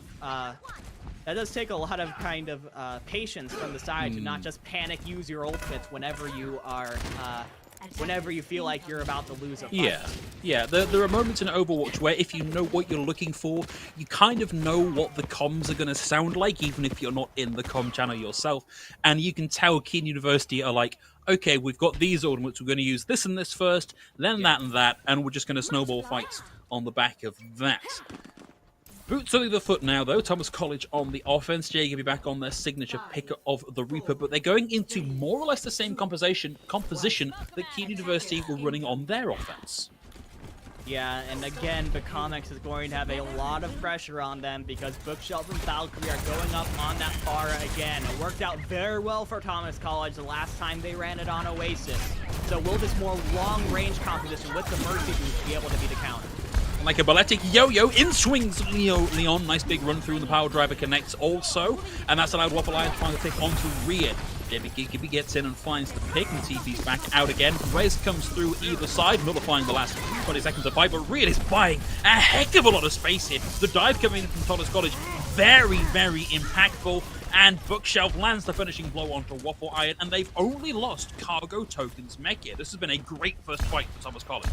It's been a fantastic first fight, and I gotta give props to Thomas College there for finding the kind of weakness in Kean University's setup, which was all of the squishier members set up on the high ground with very little anti-dive capability to them. But now Kean University, they're gonna go back into this one, and Leo Leon is gonna have those mines ready momentarily. Yeah, it will turn things into a giant game of dangerous twister for Thomas College as those minefields come through. Other ults on the table here as well. Leon drops that minefield, takes care of the immortality field, and Bookshelf falls to Waffle Iron here. And it is back and forth like a literal wrecking ball here from Wrecking Ball. Leon finds a couple of picks there. Jay Gibby gets into the back, finds the D-Mech, but this self-destruct comes in instead. And Kean University fighting back valiantly here. Doing this without ultimates as well. Jay Gibby down, and Kean University find the defense. And it's time for everyone's favorite carnival attraction, Stagger the Baby Diva. Didn't Lilion just use mines and they're Yes. 75% to another one? Doesn't it make you hate Wrecking Ball? That is so crazy. Just rolling through. I saw at least one mines kill. It did a fantastic job of zoning Thomas College off to the point. But Thomas College moves fast here. They know that they're going to have everything up in just a moment except for the Valkyrie from Valkyrie. So they can push very aggressively here. Starting off with a bob here from Becoming. The dive comes into the back, and will take them out of the fight. Get the self-destruct in as well, whilst Jay Gibby gets into the back and starts at the very least buying space and putting pressure into the waiting lines of Kean University. Goes back and finds Fulton taking 2 out of this one. Bookshelf goes to the barrage, but it's a 1-for-1 trade here, and Piff is on an absolute tear here, but Kean University looking a little battered and bruised for now. It's down to the Transcendent of Waffle Iron to buy some space and keep what is left of Kean University alive, to get the stall rolling, to allow the rest of Kean University to come back in. Jumps in, takes Waffle Iron out of it. The low-key carry here for Kean University, knocked out of the fight, and now Thomas College have a big advantage, particularly as the rest comes in for Jay Gibby. This has been a brawl, a mess of a fight here, Divided. Reed uses the Primal Rage perfectly to just be able to stall things out for a little bit further, get Thomas College back onto this point, and Jay Gibby is large and in charge on this Reaper. Everyone has to come in very close and they cannot counter the Cassidy and Reaper close range damage. What a smart swap here from Bookshelf. Buys all the space in the world, lands the flashbang, and just the raw punching power of the McCree pistol carries Thomas College across the line and into point B. Yeah, but now Kean, they are in, I think, a bit more of an advantageous situation here because they can take really good advantage of these high grounds that are scattered around Dorado here with Becomics on this Ash. Waffle Iron is going to have a lot of fun with it as well, but they need to force Thomas College off of it first. They know how valuable this is to Kean. So Lilion with the roll-throughs and the mines is going to try and push him off. Certainly buys a lot of space there, and great placement of the minefield. Takes Jay Gibby and Bookshelf right out of the fight and said, I saw what you did to my team in the last fight, and I've had enough of it. We are retaking control of the start. And it's a high dive act here from Leon. Right back out again as Kean University regain control. That's insane. Just roll through the entirety of high ground, knocks Thomas College away, then uses the mines to knock them even further back, doing more damage. A one-man wrecking crew was Leon in that one. But they used a lot of their resources. Really, all that's left is Becomics with this Bob, and you're going to have the Death Bomb coming up in a moment as well as the Deadeye. Slightly overstays there well from there, and we also get the D-Mech. That means there's no tanks effectively here for Thomas College, and now they've got to contend with the Bob with effectively nothing to interrupt that damage. Cargo tokens down as Becomics dropped onto the low ground into the waiting arms of a flashbang, but the coach gun knocks Bookshelf into the back, and Bob and Becomics between them round out the team fight. Kean University on the defense again, take Thomas College down to 1 minute 20 on the clock. Yeah, really two good fights here for Thomas College, but this is their one really good chance here. They could have all 6 ultimates available if they give Reed a little bit more time to get that Primal Rage available. If Kean University can kind of weather this storm, weather these ultimates, they have a very good chance of holding these point B. There's the high ground TP for the Death Blossom. Finds nothing, buys space, and allows target tokens and spoiled middle to get a couple here. Bookshelf lands the flashbang, goes for the fan the hammer, but Leon is able to just roll out of the way of that damage. However, back in the main body to fight here, Thomas College are finding picks. There's the D-Mech onto Crisis. Leon down here as well, and we're down below the 1 minute marker now for Thomas College, but they look like they may be able to just scrape us into a point C. I mean, that was just the classic Overwatch strategy of just everyone presses Q at the same time. Oh my gosh, only 2 meters left, and Pip manages to get onto the point, able to delay things for a little bit longer and force more ultimates out of Thomas College. I mean, this is great. You know it's a losing fight, but you just want to get it over the line. Kean University know that they can stall this out a heck of a long time and buy resources for an easier fight as we move into point C. However, Bookshelf down here, and the respawn heavily favors Kean University, so we're expecting to keep throwing bodies at this point, trying to keep this going that little bit longer. The minefield comes out here, finds one, Bob gets another. Thomas College currently on the ropes. There's another Valkyrie down here. Becoming just makes it a shooting gallery here for Kean University. There's the D-Mech. There's the pick. Rookshelf down. And Thomas College, despite a heck of a scrabble there towards the end, not able to make it into C. That was an insane last fight. It feels like it could take so long to try and unpack everything that happened there. But in summary, Kean University uses their superior spawn advantage, the ultimates that they had available to them, the minefield and the bob, excellent zoning tools, as well as some key picks in order to muscle their way back into that fight, back into that point. Thomas College, I think, thought for sure they were going to have at least a chance at point C there. Did you see how close they were? I think it was 0.02 meters. I don't think it can physically be that much closer. I think you can get 0.01, and after that, it's crazy. Absolutely crazy. Shout out to Piff for timing the contest absolutely perfectly on that tracer. You could see, actually, when Piff got onto the point, was able to just stay there for a couple of seconds, because Thomas College had no idea what was going on. They were like, wait a second, why haven't we capped yet? And it took him a couple seconds to realize that Piff was there, which bought Kean even more valuable time to get their players with those ultimates back onto the point. I think you've really got a feel for Thomas College here, right? Because if you look at the kill feed at the start of that final, what felt like 20-minute fight at the end of point B, Real actually comes in with a Primal Rage and finds 2 kills with it. And somehow that's still not enough for them to get it over the line. Like, that's got to be so frustrating to be so close and yet so far away. It's got to be frustrating. And now as we look forward to a series that is looking to go at least pretty long, we're guaranteed at least 4 maps here. The mental game has to be put into play a little bit. That was a very disappointing way to lose Dorado there for Thomas College. Obviously, like we said, thinking for sure that they were going to get a chance at point C, doesn't end up getting it, gets stopped short. So now as they prepare for map 3, how are they going to try and regroup from that, try and kind of take a deep breath as they move into the next one, because at this point, we're all tied up once again, so you can't be losing your cool at this point. I think maybe the point that we failed to bring up at the start of that round was that this is a loser pick format. So if you lose the previous map, you do get to pick what map we go to next. So that was Kean University's map pick, and they clearly went for something they knew that Leon could find a lot of value with the Wrecking Ball. True. I'm thinking if you are Thomas College here, you are explicitly looking for maps where that is a little bit harder to do as we move into our next map in the series. And King's Row time? It's going to be, it could be King's Row. Look, I want to go on record as saying I have been in matches where I've gone, well, if they don't want to play the Wrecking Ball, they go to the King's Row for a hybrid map, and then just watch somebody absolutely laugh at the enemy team on Wrecking Ball. So if you are determined and you're good enough, you can still make the Wrecking Ball work on King's Row. Granted, it's a little bit harder, but I think you're right. Like, that is a sensible choice if you want to make them really have to work for that victory. But I think you are probably going to find a Wrecking Ball value there anyway. But we have actually got our next map locked in. It's going to be a 2CP, an assault map, and we're going to Temple of Anubis.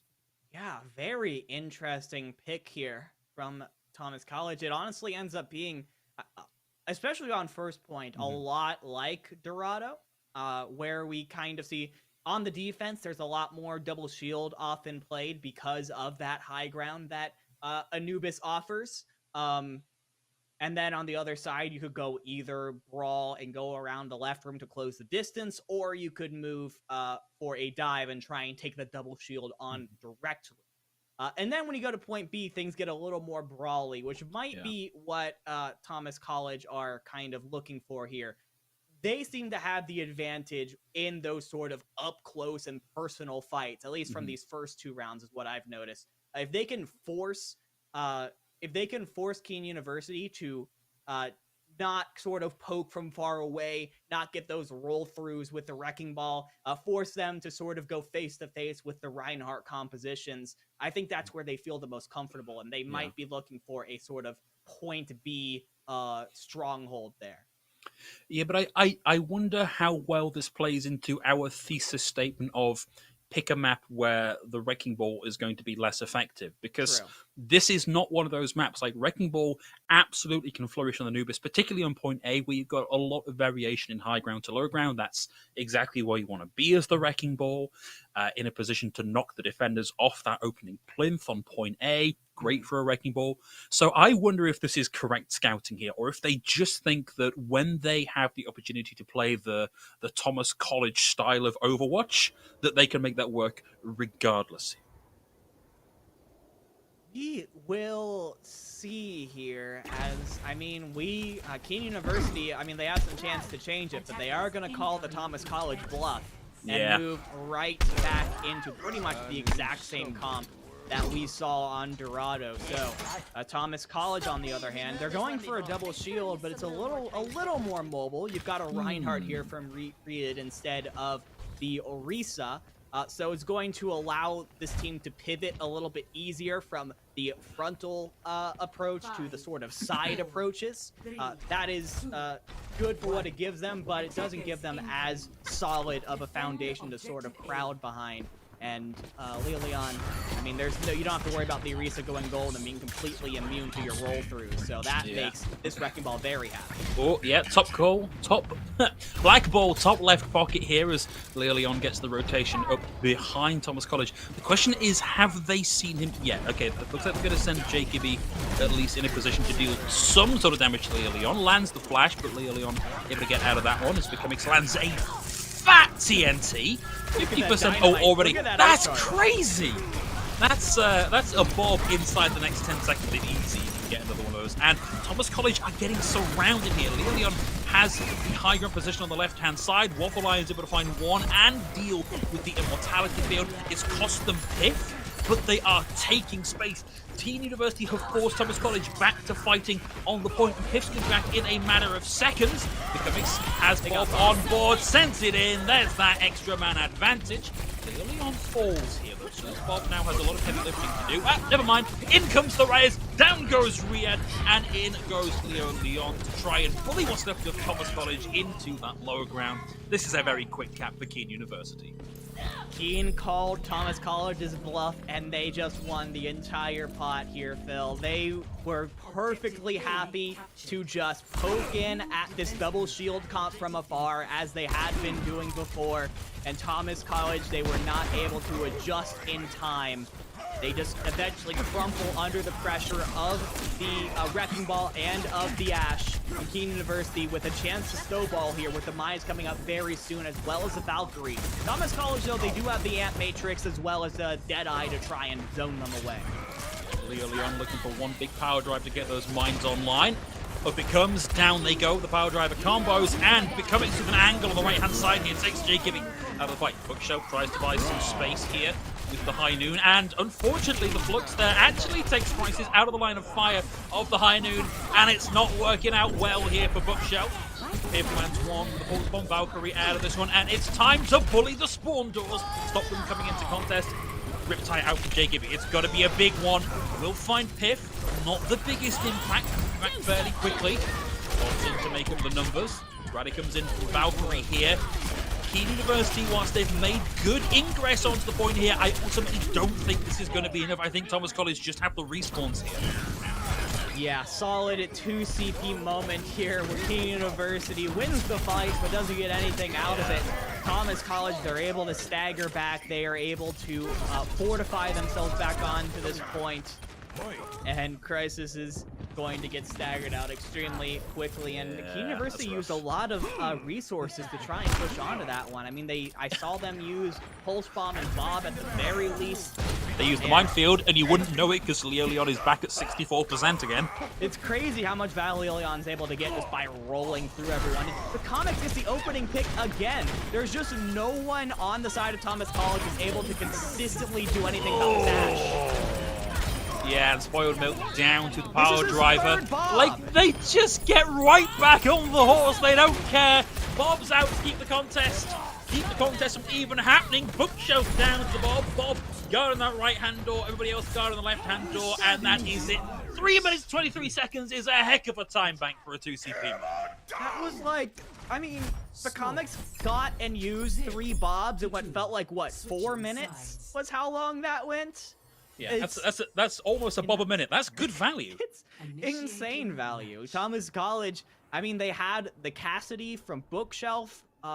You know, cargo tokens on Diva could maybe fly up and do something about it. But other than that, I mean, the comics was able to just sit in the back on this Ashe and just poke away at the Thomas College comp with almost no punishment at all. And that is just the ideal situation as a sniper character. At that point, you just kind of play some aim labs and just start clicking on the targets.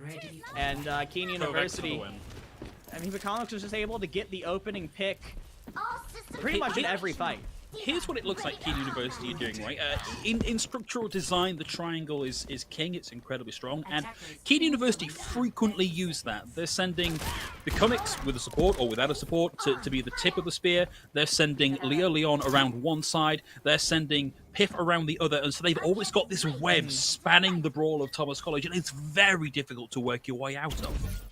It is extremely difficult. I mean, who do you try and peel for if you're cargo tokens when you've got Leon fighting one support and you've got Piff fighting the other? It leaves you in a terrible situation, and it shows a lot of really nice communication coming out from Kean to be able to get that value, and that's good. It's actually going to force Bookshelf to swap over onto the Ashe to try and take advantage of this, but the comics has the high ground right now. And of course, the added benefit of the Mercy Pocket, which means Bookshelf is already out of the fight into the 5v6 for Thomas College. Jay Gibby actually getting a lot of work done here. And will find picks. Rears to find one as well here. So Thomas College, it's not been quite so clean, but they have made a sizable dent in the defense here. Kean University able to push back marvelously. Those cargo tokens both fall, but they've got a momentary gap here where we've not got the full team from Kean. They will have a moment here, but Thomas College are going to make a couple swaps once again. Spoiled Milk back on to that Moira is going to reset that ult charge there. I think Bookshelf, I don't know if Bookshelf swapped or they just weren't able to get much done on that first fight, but Leon has the mind. That something that's saying a lot. Beautifully timed, too, with the mark! Fire Driver set that up beautifully, and I think Thomas College is going to go, yeah, all right, hand me that out. I'm going to carry it all the way back to spawn. We'll put it down, and we'll try again. There's the D-Mecha. It's done and dusted. It was done the second the mine spawned.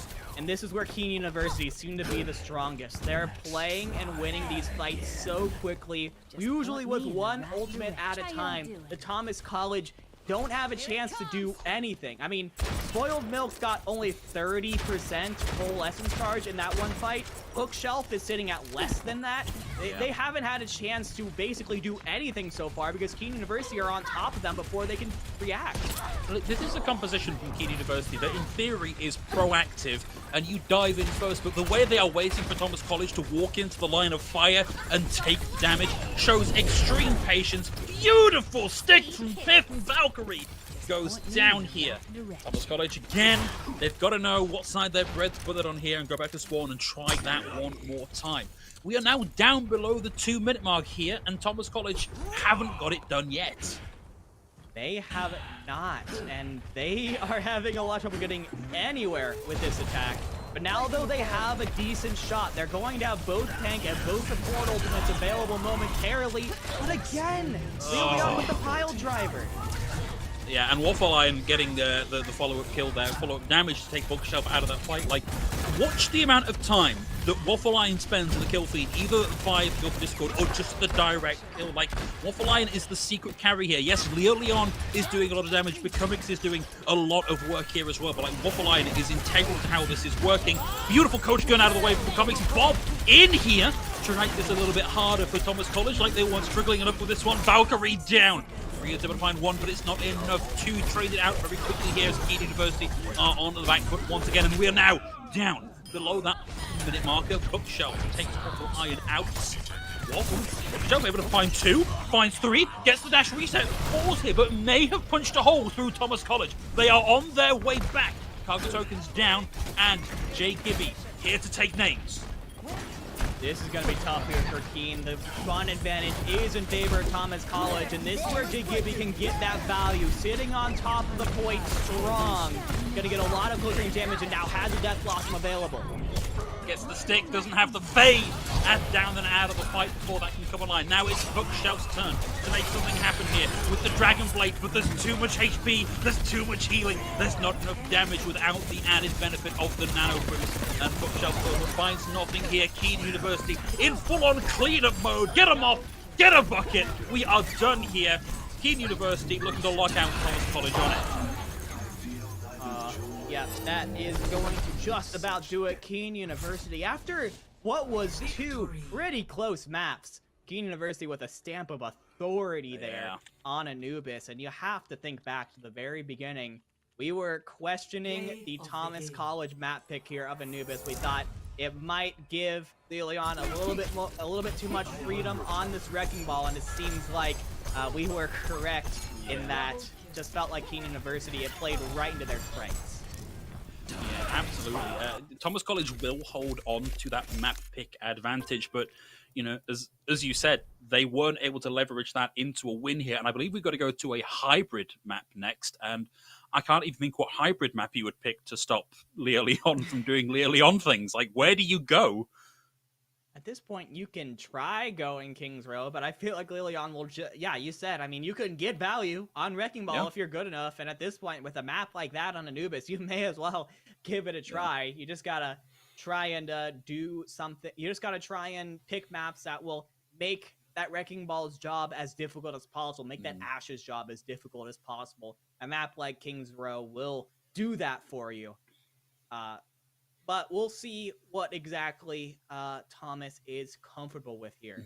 Something I do want to bring up real quick while we have this quick break is I think a bit of a concept that we saw, that I saw Kean College doing there is a concept that some teams use in Overwatch called kill boxes, where essentially before a fight, as part of the fight planning, when you're talking about what ultimates you're going to use and what ultimates you think they're going to have, you set a spot on the map that goes, okay, this spot right here, this high ground, or this little plot of land, this is our kill box. The second that an enemy crosses into that kill box, we all jump on top of them and we engage on them, and we don't let them get any further than this. And that, I think, is what Kean University used to full advantage, whether they were doing it on purpose or not. They did a very good job of waiting until Thomas College kind of crossed into a zone where they were vulnerable, and then just jumping on top of them at the same time and disrupting any sort of push they had.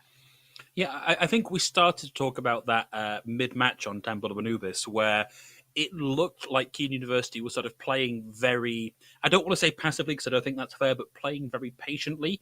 And you're right, you see them identify the second somebody has tripped that flag that says, yes, enemy in kill box, and it's a go. It's from 0 to 100 in the blink of an eye. So like a very, very disciplined approach here. It may not occasionally look disciplined because of how chaotic Wrecking Ball compositions can be, but I guarantee you it's meticulously planned and executed. So moving forward, Thomas College now in the hole here. They need to win this map to stay alive, and they are going to be taking us to King's Row this time around. The only hybrid map in the game, yeah. The only hybrid map in the game. I don't know any other ones. It does, I mean, we've mentioned it a couple times because it just makes sense. It is a lot more, there's a lot more closed in areas. The cart takes a path that's very narrow, has a lot of right turns. Things like a Wrecking Ball and an Ash will naturally have a lot more trouble getting value because you don't have those long sight lines or that or those space to grapple around. Not saying that we haven't seen Wrecking Ball get value or Ash get value, but it's a lot less common, a lot more difficult. Yeah. One of the variations that we sometimes see on King's Row, and particularly from somebody in the Ash role, is to swap over onto the Hanzo instead, and the additional one-shot kill potential and the additional information, as well as the additional tank bird that you get from a Hanzo, can really facilitate a lot of what Kean University are going to be trying to do on King's Row. Attackers incoming in 30 seconds. We're starting Kean University on the offense this time. This, again, is Thomas College's pick, and Kean University opting to go for the offense this time. Want to ensure that we get to see all of King's Row, or at least they're going to do their best to give us all of King's Row. And Thomas College playing not quite a traditional comp, but certainly a very predictable style of comp on the defense. Yeah, I mean, they're not going to have the Lucio on their side to try and push into the Kean University comp, but they do have a ton of healing available to them from Spoiled Milk and Valkyrie. Reed and Cargo Tokens are going to have just all of the sustain in the world to try and help them hold on to this point here. And Bookshelf, while Soldier isn't necessarily a meta pick, doesn't do as much burst damage, does do a lot of consistent damage with that rifle. As far as Kean goes, you are forcing them onto a Reinhardt-based composition, so that is where you want it to be. But the Comics is still on this Ashe and still pouring in shots. Yeah, just making life difficult here for Thomas College. Doesn't need to find kill shots, just needs to make it expensive for Thomas College to get in. And that's expensive for Thomas College. Valkyrie down. Oh yeah, we had the DC. That's unfortunate, particularly on the defensive side, unless we get a full remake of the match, which, given that we're 40 seconds in, it's possible. But yeah, losing a DPS here is very unfortunate for Thomas College. Yeah, that actually really sucks. Because when Bookshelf comes back into the game, you're going to get respawned right back into your spawn and have to try and get back to rejoin your team. So Bookshelf is going to have to either go on to a fast character to try and get back as fast as possible for a recontest, or, I mean, worst case scenario, Thomas College end up having to back off entirely just to avoid feeding ult charge over to the enemy in a 5v6 and seed the point, at least for a bit, seed a couple of ticks while they wait for Bookshelf to join them. That is a very bad time. Very bad timing. Here's the difficult thing, though. Like, as unfortunate as losing your soldier in that situation is, they had already lost their Baptiste just to standard gameplay rather than technical problems. So they were already in that 5v6, and they'd lost their bulk healing outputs. Like, the ability of a Baptiste to keep the team alive is pretty phenomenal, and they don't have that right now. So let's see how they recover from this, because I don't know that there is a lot of recovery possibility for Thomas College. They may give over a tick at the very least, but now they've got to push through that amplification matrix, and there's just so much damage here. Yeah, we see Jay Gibby try and make the rotation through the hotel, but it's just not enough. Kean University, unperturbed that their opponent may have lost a player, they're just going to get the cap. Yeah, felt like the inevitable ended up happening, especially with a very quick amplification matrix build-up coming in from Beams. Thomas College just didn't have the sustain in order to get back into that one. But now they're going to be the ones with the amp matrix and Valkyrie in a moment, as well as the nano boost. Did sleep onto Leon, but they're not able to. Oh my days, what a shatter! Nano out, wall up, makes it difficult for Leon to close the distance and find value with it. And now we get the Blizzard Online Pip here as well. Thomas College are throwing ultimates at a rear guard action here. Becoming to pops the TNT around the corner. Doesn't land the hit, but almost has enough to get the bomb online. So expect that in this fight. Leon frozen up, but Riot is on their way back from spawn here. This is a chaotic, difficult fight for both teams. It is very chaotic, and the grab, though, is going to come out. It locks up Pip, is going to be forced to use the mid-wall and the beat from Waffle Iron to keep everyone out, and Jay Gibby is going to force everyone away now with that Blizzard. It's a great Blizzard. Doesn't get any kills, but buys them space and buys them time. Riyad is now back in with the Shadow. Yeah, it's almost... Oh, wow, the Crucible!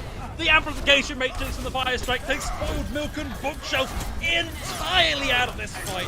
And Kean University know exactly how to flip the momentum on a dime. The Shadow comes in over the top. There ain't no getting up from that one. Kean University powering through streets. That was perfectly timed, too, between Lilion and Beans. The second the Amp Matrix came out, Lilion was ready with a Fire Strike, puts it through there, gets the double damage, and one-shots two members of Thomas College before they even know what's going on.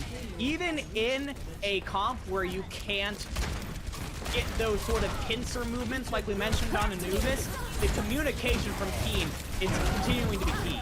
Oh, and Kean University don't let up for even a second. The self-destruct for second. The point is Cap finds two. Riyad's down with the Fire Strike, and Thomas College are falling like dominoes. And as they make their way back in, they will have to contend with the additional man on the field with the Bob available for Kean University. Thomas College have been forced back, but once again, they do have a lot of ultimates available to them. It's just a question of if they can get them out before Kean University gets any more picks. You have the Shatter, you have the Visor, the Ant Matrix to go along with that. The Shatter does get 3.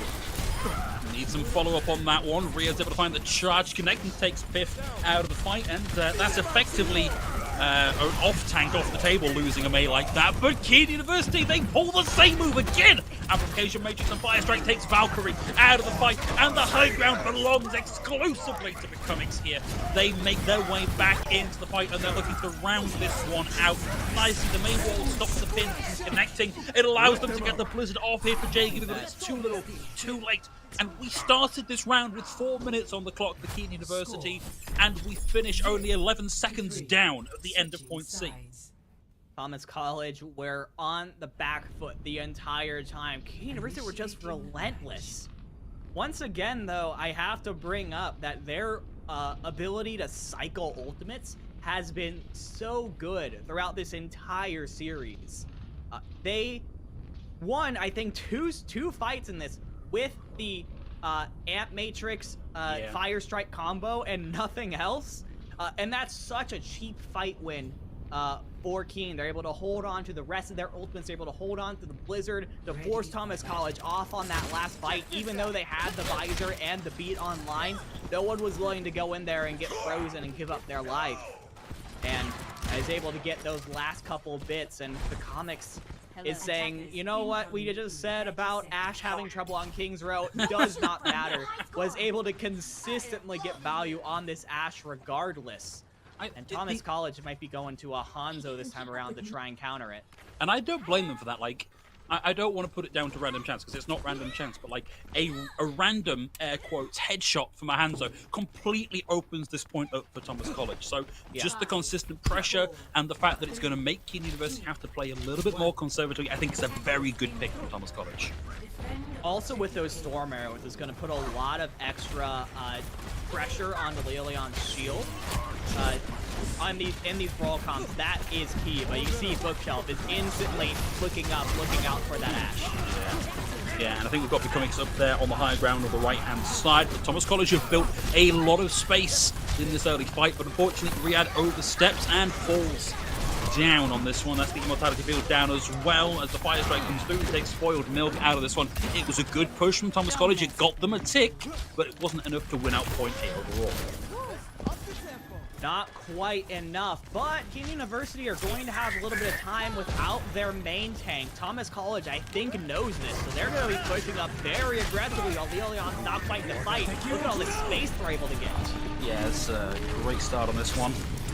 Thomas College back on point, moving Kean University out of the way, but now they've got to deal one more time with this Amplification Matrix. The Shadow comes through, Spoiled Milk and Riyadh down, and Kean University happy with the cleanup here, but the Blizzard may stop the contest from coming through. We are nearly at point happy for Thomas College as Valkyrie throws in the sound barrier. Valkyrie has self-destruct. It's going to go up, it's going to go high. And the remake finds two. Leon finds Spoiled Milk, but I don't think that's going to be enough. Thomas College, what a set of plays here. Guaranteed point A. No kills on the remake here from Crisis, and we're into streaks. And that's what you get with these super chaotic fights where everyone's just sort of smashed together on the point trying to take control. No one's really paying much attention to the baby Diva with that remake available and is able to get those crucial 2 kills that finally turn the point in favor of Thomas College. And it was a little slower than Kean, but a 4-minute 30-second time bank is absolutely nothing to stop that, especially since you have both tank ultimates coming up very, very soon. Kean University really only has the Diva Bomb to work with at the moment. Yeah, not really enough for them to turn the tide on ultimates, but it seems like just, primary fire charges, that kind of thing, might be enough here. Self-destruct takes Spoiled Milk out of the fight, and Kean University have a momentary advantage. Bookshelf out of this one as well. Cargo tokens a little less luck on that self-destruct this time, are now frozen up and in danger of being demexed. Kean University come through, and the hammer gets dropped from Leon, puts 2 on the ground. Forces Riyadh into just holding up the shield to allow the team time to survive through and get back into the fight, but it wasn't enough. The Cargo token 2 is now out of the fight entirely.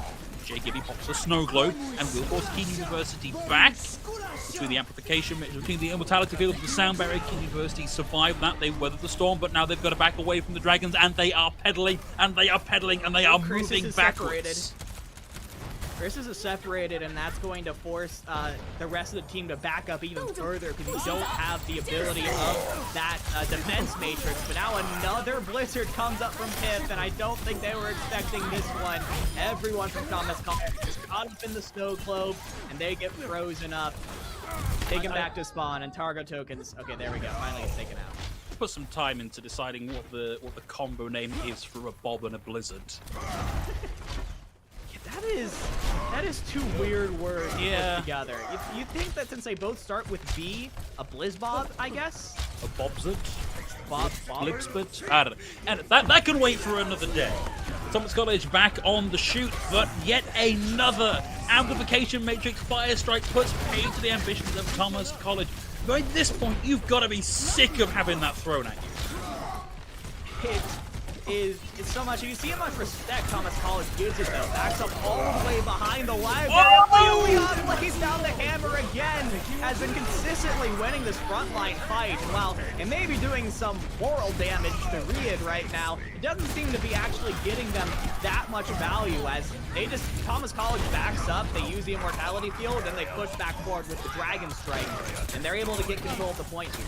Yeah, looks like they're in a pretty good position here to take this the rest of the distance because Kean University are sadly lacking in numbers. The Comics cannot keep that contest to themselves. The best they can do is a salutary TNT on their way out as we see Thomas College backing into point seat, but they are already down in time bank and they're down a bookshelf.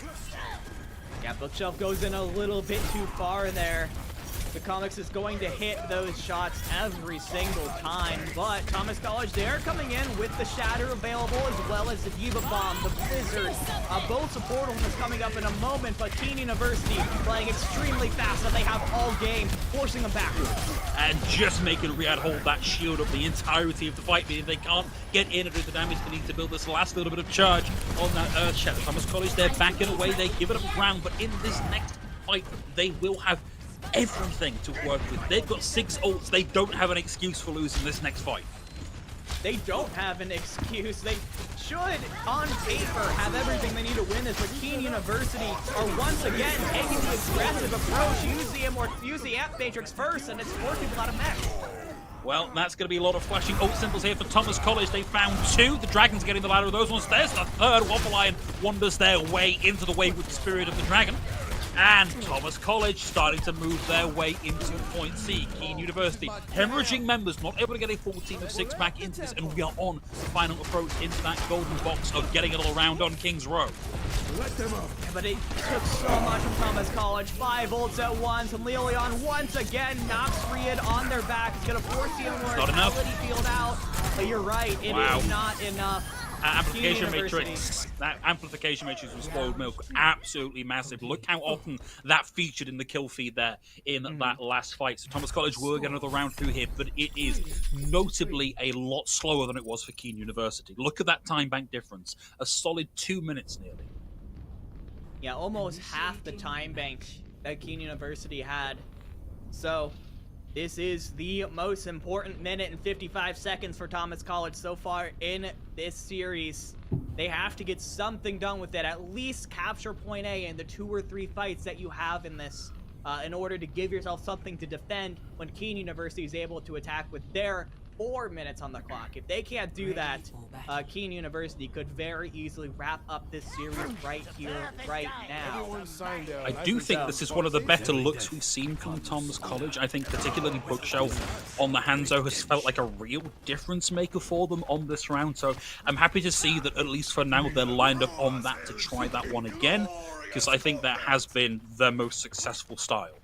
It's not always about beating the Comics here when it comes to Thomas College. It's about taking the Ash's attention away from your supports for a moment to give them a little more room to get more comfortable, give Riyadh and Cargo tokens more space to work. If you can just get yourself in a 1v1 with the Ash and trust the rest of your team to win the 5-on-5 otherwise, you're in a pretty solid spot here if you're Bookshelf. Okay, Bookshelf frontlining here, playing up ahead of the tanks. wait for the shield break to come through for the Storm Arrows. And we're seeing Thomas College barreling onto point and pushing Leo Leon back pretty heavily here. In fact, all of Kean University knocked off the point. Bookshelf's going to go down here because we didn't think the crisis was in the back. Unfortunately, D-Max going the 1-for-1 trade, but it has allowed Kean University to push back in and start to find some answers here. Half of the point already gained now for Thomas College, but Kean University now have the numbers at their beck and call. Leon with the shadow, the look away, the drop of the hammer, the swing through, and that is Thomas College finding defense here and taking Thomas College almost down to the single-minute mark. But look at how much point presence they were able to get with just the Lucio speed boost and Rian running in, hammer swinging. They're able to get over half of the points. So Kean University, they can't let something like that happen again. And Leon has to know that Rian has the shatter up this time around. Has to be playing a lot more defensively, trying to make sure that they don't win it right here. Watch for the MTD and the tats here. If Riyad can land this shadow, this will be the difference maker. He gets in past the shield, takes out the May, and the rest of the damage is done. Kean University caught on the back foot. Riyad with the hero play opens up point A for Thomas College. Beautiful play there from Riyad. Has kind of been losing the Rhine battle so far in this map, but comes through when it matters most to get Thomas College that point A victory. And at this point, they're going to go down to overtime. It is a solid offense already with 1:55 on the clock. How much more can you squeeze out of it, though? You have the Blizzard Dragon Strike combo available to you, as well as the Diva Bomb to try and combo into that if that's not enough. But you have to be aggressive with it. Kean University have been extremely fast, and the last thing you want in this situation is to get forced off before you can use those ults. Big Dragon here, looks like the damage wasn't really done, and in the Maelstrom of the Chaos, out comes the Blizzard and Pip. Slows up Thomas College, but they weather the storm. Kara, Valkyrie, and the Sound Barrier, and drop a Blizzard of their own. Slows up Bob, stops the Bob finding too much value here, and they find kills. Care of Bookshelf on the Hanzo with the double. We're deep into overtime, but that does not concern the payload. It's still rolling on through. The Hanzo from Bookshelf has been such a huge help to Thomas College right now. He's able to split Kean University off from each other with the Dragon Strike to open the fight, and because of that, they're confused, they're reeling, and Thomas College are able to take that space, and Kean University, they might just give up point B here. No, we do get a contest here from Crisis, and it shatters from both sides. I can't believe the Crisis actually survived through that in time to get that self-destruct online, because that is key. Taking Valkyrie, a lot of the sustain, a lot of the ability to keep that point going is off the table. But that is a heck of a lot of progress here for Thomas College. And suddenly this seems a little more doable. 4 minutes to get a hold on B, absolutely doable here. The thing is, the end of B on King's Row is actually one of the easiest places to pull off an extremely long hold, right? Because, I mean, think about if you are holding just a few meters behind where Thomas College were able to put it, Kean University, if they end up losing there, their spawn point is all the way back behind the initial point. They have to take such a long trek to get back and get another fight. So all of a sudden, instead of getting a fight every 30-40 seconds, it ends up being a fight every minute, more than a minute. So Thomas College are able to sort of repel them at that point. They're in a very interesting situation. And Kean University, obviously, they do have the time to do it, but it's no longer a done deal. It was a pretty respectable push from Thomas College, considering the amount of time they had. Yeah, when we look at like Thomas College over the last couple of maps, and particularly Anubis, where things were not looking great for them, this has been a much bigger step up in performance than we could have really hoped for. Starting on the defense, though, they've got Bookshelf off of the Hanzo and onto the Junkrat, and I don't know how I feel about that. Yeah, especially with the comic still on that Ashe. Has been on it basically the entire map. I just don't see why you think something different's gonna happen here. And now you have May, Junkrat, two close to mid-range DPS players. there really isn't anyone that's going to be able to stop the comics from just doing whatever they want. Okay, two beautiful walls out here from both Thomas College and Kean University. And it's going to be Leo Leon that's the first to fall here. Kean University spot when they're in trouble. Being without a main tank, definitely a difficult position to be in, so they're going to retreat and regroup. One more push like that, and Thomas College are going to be able to start answering back with ultimates. Yeah, it was a perfect Maywall from Jay Gibby there. Able to section Lilion off from the rest of Kean University, and that's just an easy pickoff for Thomas College. But now they're going to go around the entirety of the point here, go into hotel, try and keep everything up. So Bookshelf actually finds the comics. Yeah. That's your main damage dealer, and I feel like if you're Kean University, oh, they're going. What really is far. this? Are We're they rotating pulling to see. Are they pulling a Gladiator's Bamboozle now? I mean, but comics is set up perfectly for it. Yeah. Different hero, but same approach. Let's see how this works out. Oh, that's difficult with the comics. They realize what's happening and send cargo tokens to interrupt the comics, but Piff and the rest of the team from Kean University have effectively picked up the defender's position here. So they're in a momentary upswing. They move their way past that amplification matrix, but it's not really worked out for them, and it feels like all Kean University have done here is burn time off of their own clock and give ult charge over to Thomas College. Blizzard out from Jay Gibby, and Piff falls down. It's a guaranteed team time for win for Thomas College, but I don't know what Kean University are thinking. Well, okay, they're thinking it. What is going on in this fight? My days! 2 to the bomb, 3 to the tile, 1 to the self-destruct. And It's we just get a the team. lone It's diva. It's a lone What baby is diva. happening? What? No, okay. Piff is back there too. I think at the end of it, it really was just the baby crisis back on this point, but it has allowed Thomas College the opportunity to potentially get back on this one, and maybe they might be regretting that. You force the immortality field out of spoiled milk and you get nothing for it. I have been casting Overwatch for nearly 4 years, I think. And I've never seen anything quite as mental as that particular exchange of ults. That was... I'm at a loss for words to describe that. It was just a lot. It was so much. It was a bit much, I would say. And Thomas College, they are very depleted on ultimates. They use absolutely everything they had to try and hold on to that one, and it just barely wasn't enough. Now Kean University, they've unlocked the point. They're starting to march towards that golden box of victory, and Piff has that all-important Blizzard to try and lock Thomas College up. There it is. Now it comes. And that's going to be 2 and 3 on the back of it, and we are about halfway. That little golden tick there that marks the win condition for Kean University, and Thomas College are going to get one more go at holding this. Bookshelf swaps back over onto the Genji. Seems like whenever Thomas College have their backs against the wall, this is Bookshelf's comfort pick here. But I mean, what are you going to be able to do? It's still a very close range composition. Look at all the space. Again! The Ant Matrix has gotten him. Again, the Ant Matrix with the Fire Strike has opened things up. And the self-destruct and the shatter. Jake Gibby actually had the Blizzard online. That is devastating. So close to a win and a hold here for Thomas College. They fall at the final hurdle, but what a showing from them in this final map. Thomas College fought hard, but once again, the communication, the synergy at Kean University, it was truly impressive throughout this entire series. And after it had been a while since we saw the Fire Strike Ant Matrix combo come out from them. I think maybe Thomas College let their guards down a little bit.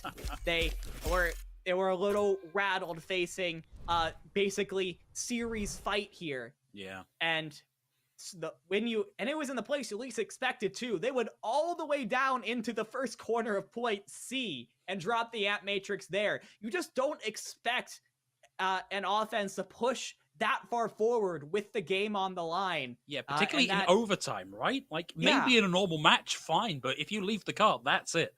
That's, yeah, crazy stuff. Well, actually nuts. Yeah, mental stuff.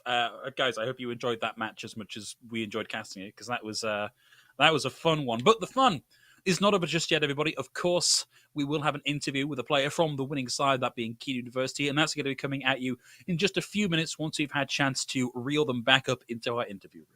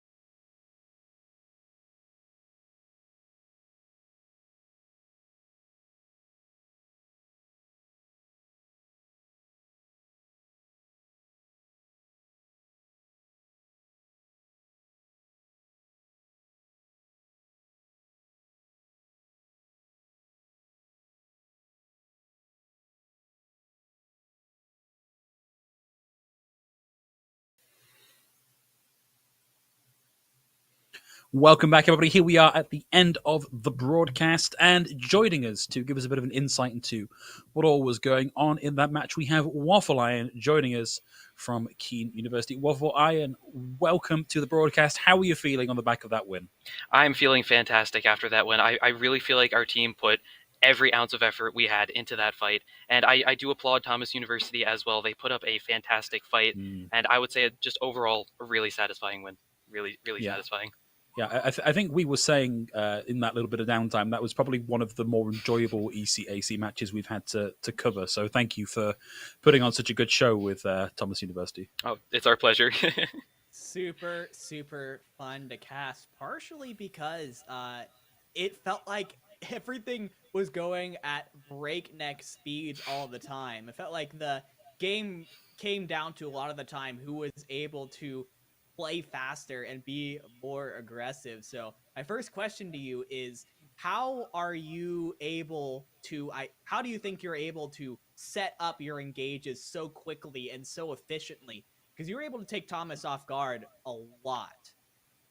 I think it all comes down to like which angles that we want to take. You know, I feel like with most of our comps, if we can take a lot of different off angles, and like map awareness helps a lot too. You know, understanding the maps, understanding good spots on the maps for us to spam from, for us to start off our dives from. But in general though, map awareness and just understanding like the best angles to attack from. Yeah. Absolutely. Next question. It seemed like you guys play a very kind of scrappy style of gameplay with just ultimates flying off all over the place. You have people all over the map fighting their own little scraps. I was curious, is there sort of a method to the madness? Is there an organization, or is everyone just yelling at the same time in the comm structure, trying to put something together? I would say it's a little bit of both. There definitely is some organization to our chaos. Like we all, even though we do have people going off in different directions, fighting their own fights, the team is. We're all very aware of our, a team's position. So like if we have our diva on like an off angle marking the Hanzo, like we know that's what she's doing. If I'm on Lucio and I'm trying to, mark a Reaper or scout a Reaper, the team knows about it. So as long as like the team knows about like which fights that we are, going off and trying to 1v1, then then it works. If we don't, if we don't have the team aware of what we're doing, then it does kind of fall apart. So yes, there is kind of a method to the madness. And my final question for you: Kean University improves to 3-2 on the ECAC season. You guys are in a solid position to do some damage in the second half of the season going into the playoffs. What do you have to say to the teams that are at the top of the ECAC league right now, who still look at Kean as kind of beneath them a little bit? I say good luck, and we look forward to the challenge. We look forward to a really good fight coming from, we look forward to a good fight, basically. Classy answer. I gave you a chance to be toxic. You didn't bite the bait. I respect you for that. So I have one very specific question, which is, I don't mind telling you that the casting was very chaotic at that point A cap that nearly wasn't a cap on the last point of King's Row, where I think you lost 3 to a Riptire and were left with just your pilot form diva on the point. What was comms like when all that was happening? Because it was an incredible exchange. It was chaos. It was absolute chaos. It was just speed, hide, live, care the Rhine coming in, care Lucio, Rhine touch. It was just chaos, complete chaos, organized chaos, but still chaos nonetheless. It was very, very tense moment, a very tense moment. Okay, it sounds just like the casting, so good to see that we're on the same wavelength there. One final thing for you, Waffle Iron. Before we let you go back to celebrate with your team, anybody that you'd like to give a shout out to or say thank you to or anything like that? I really have to give a huge shout out to our main tank and our team captain, Jordy Leo Leone.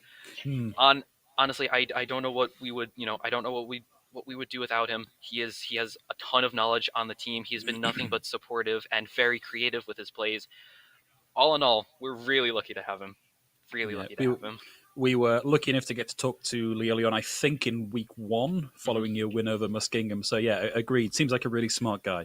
But Waffle Line, thank you very much for joining us. Best of luck with the rest of the season. Hopefully, we get to see a little bit more from you and the rest of Kean. Perfect. Thank you so much for having me, and thank you so much, just in general.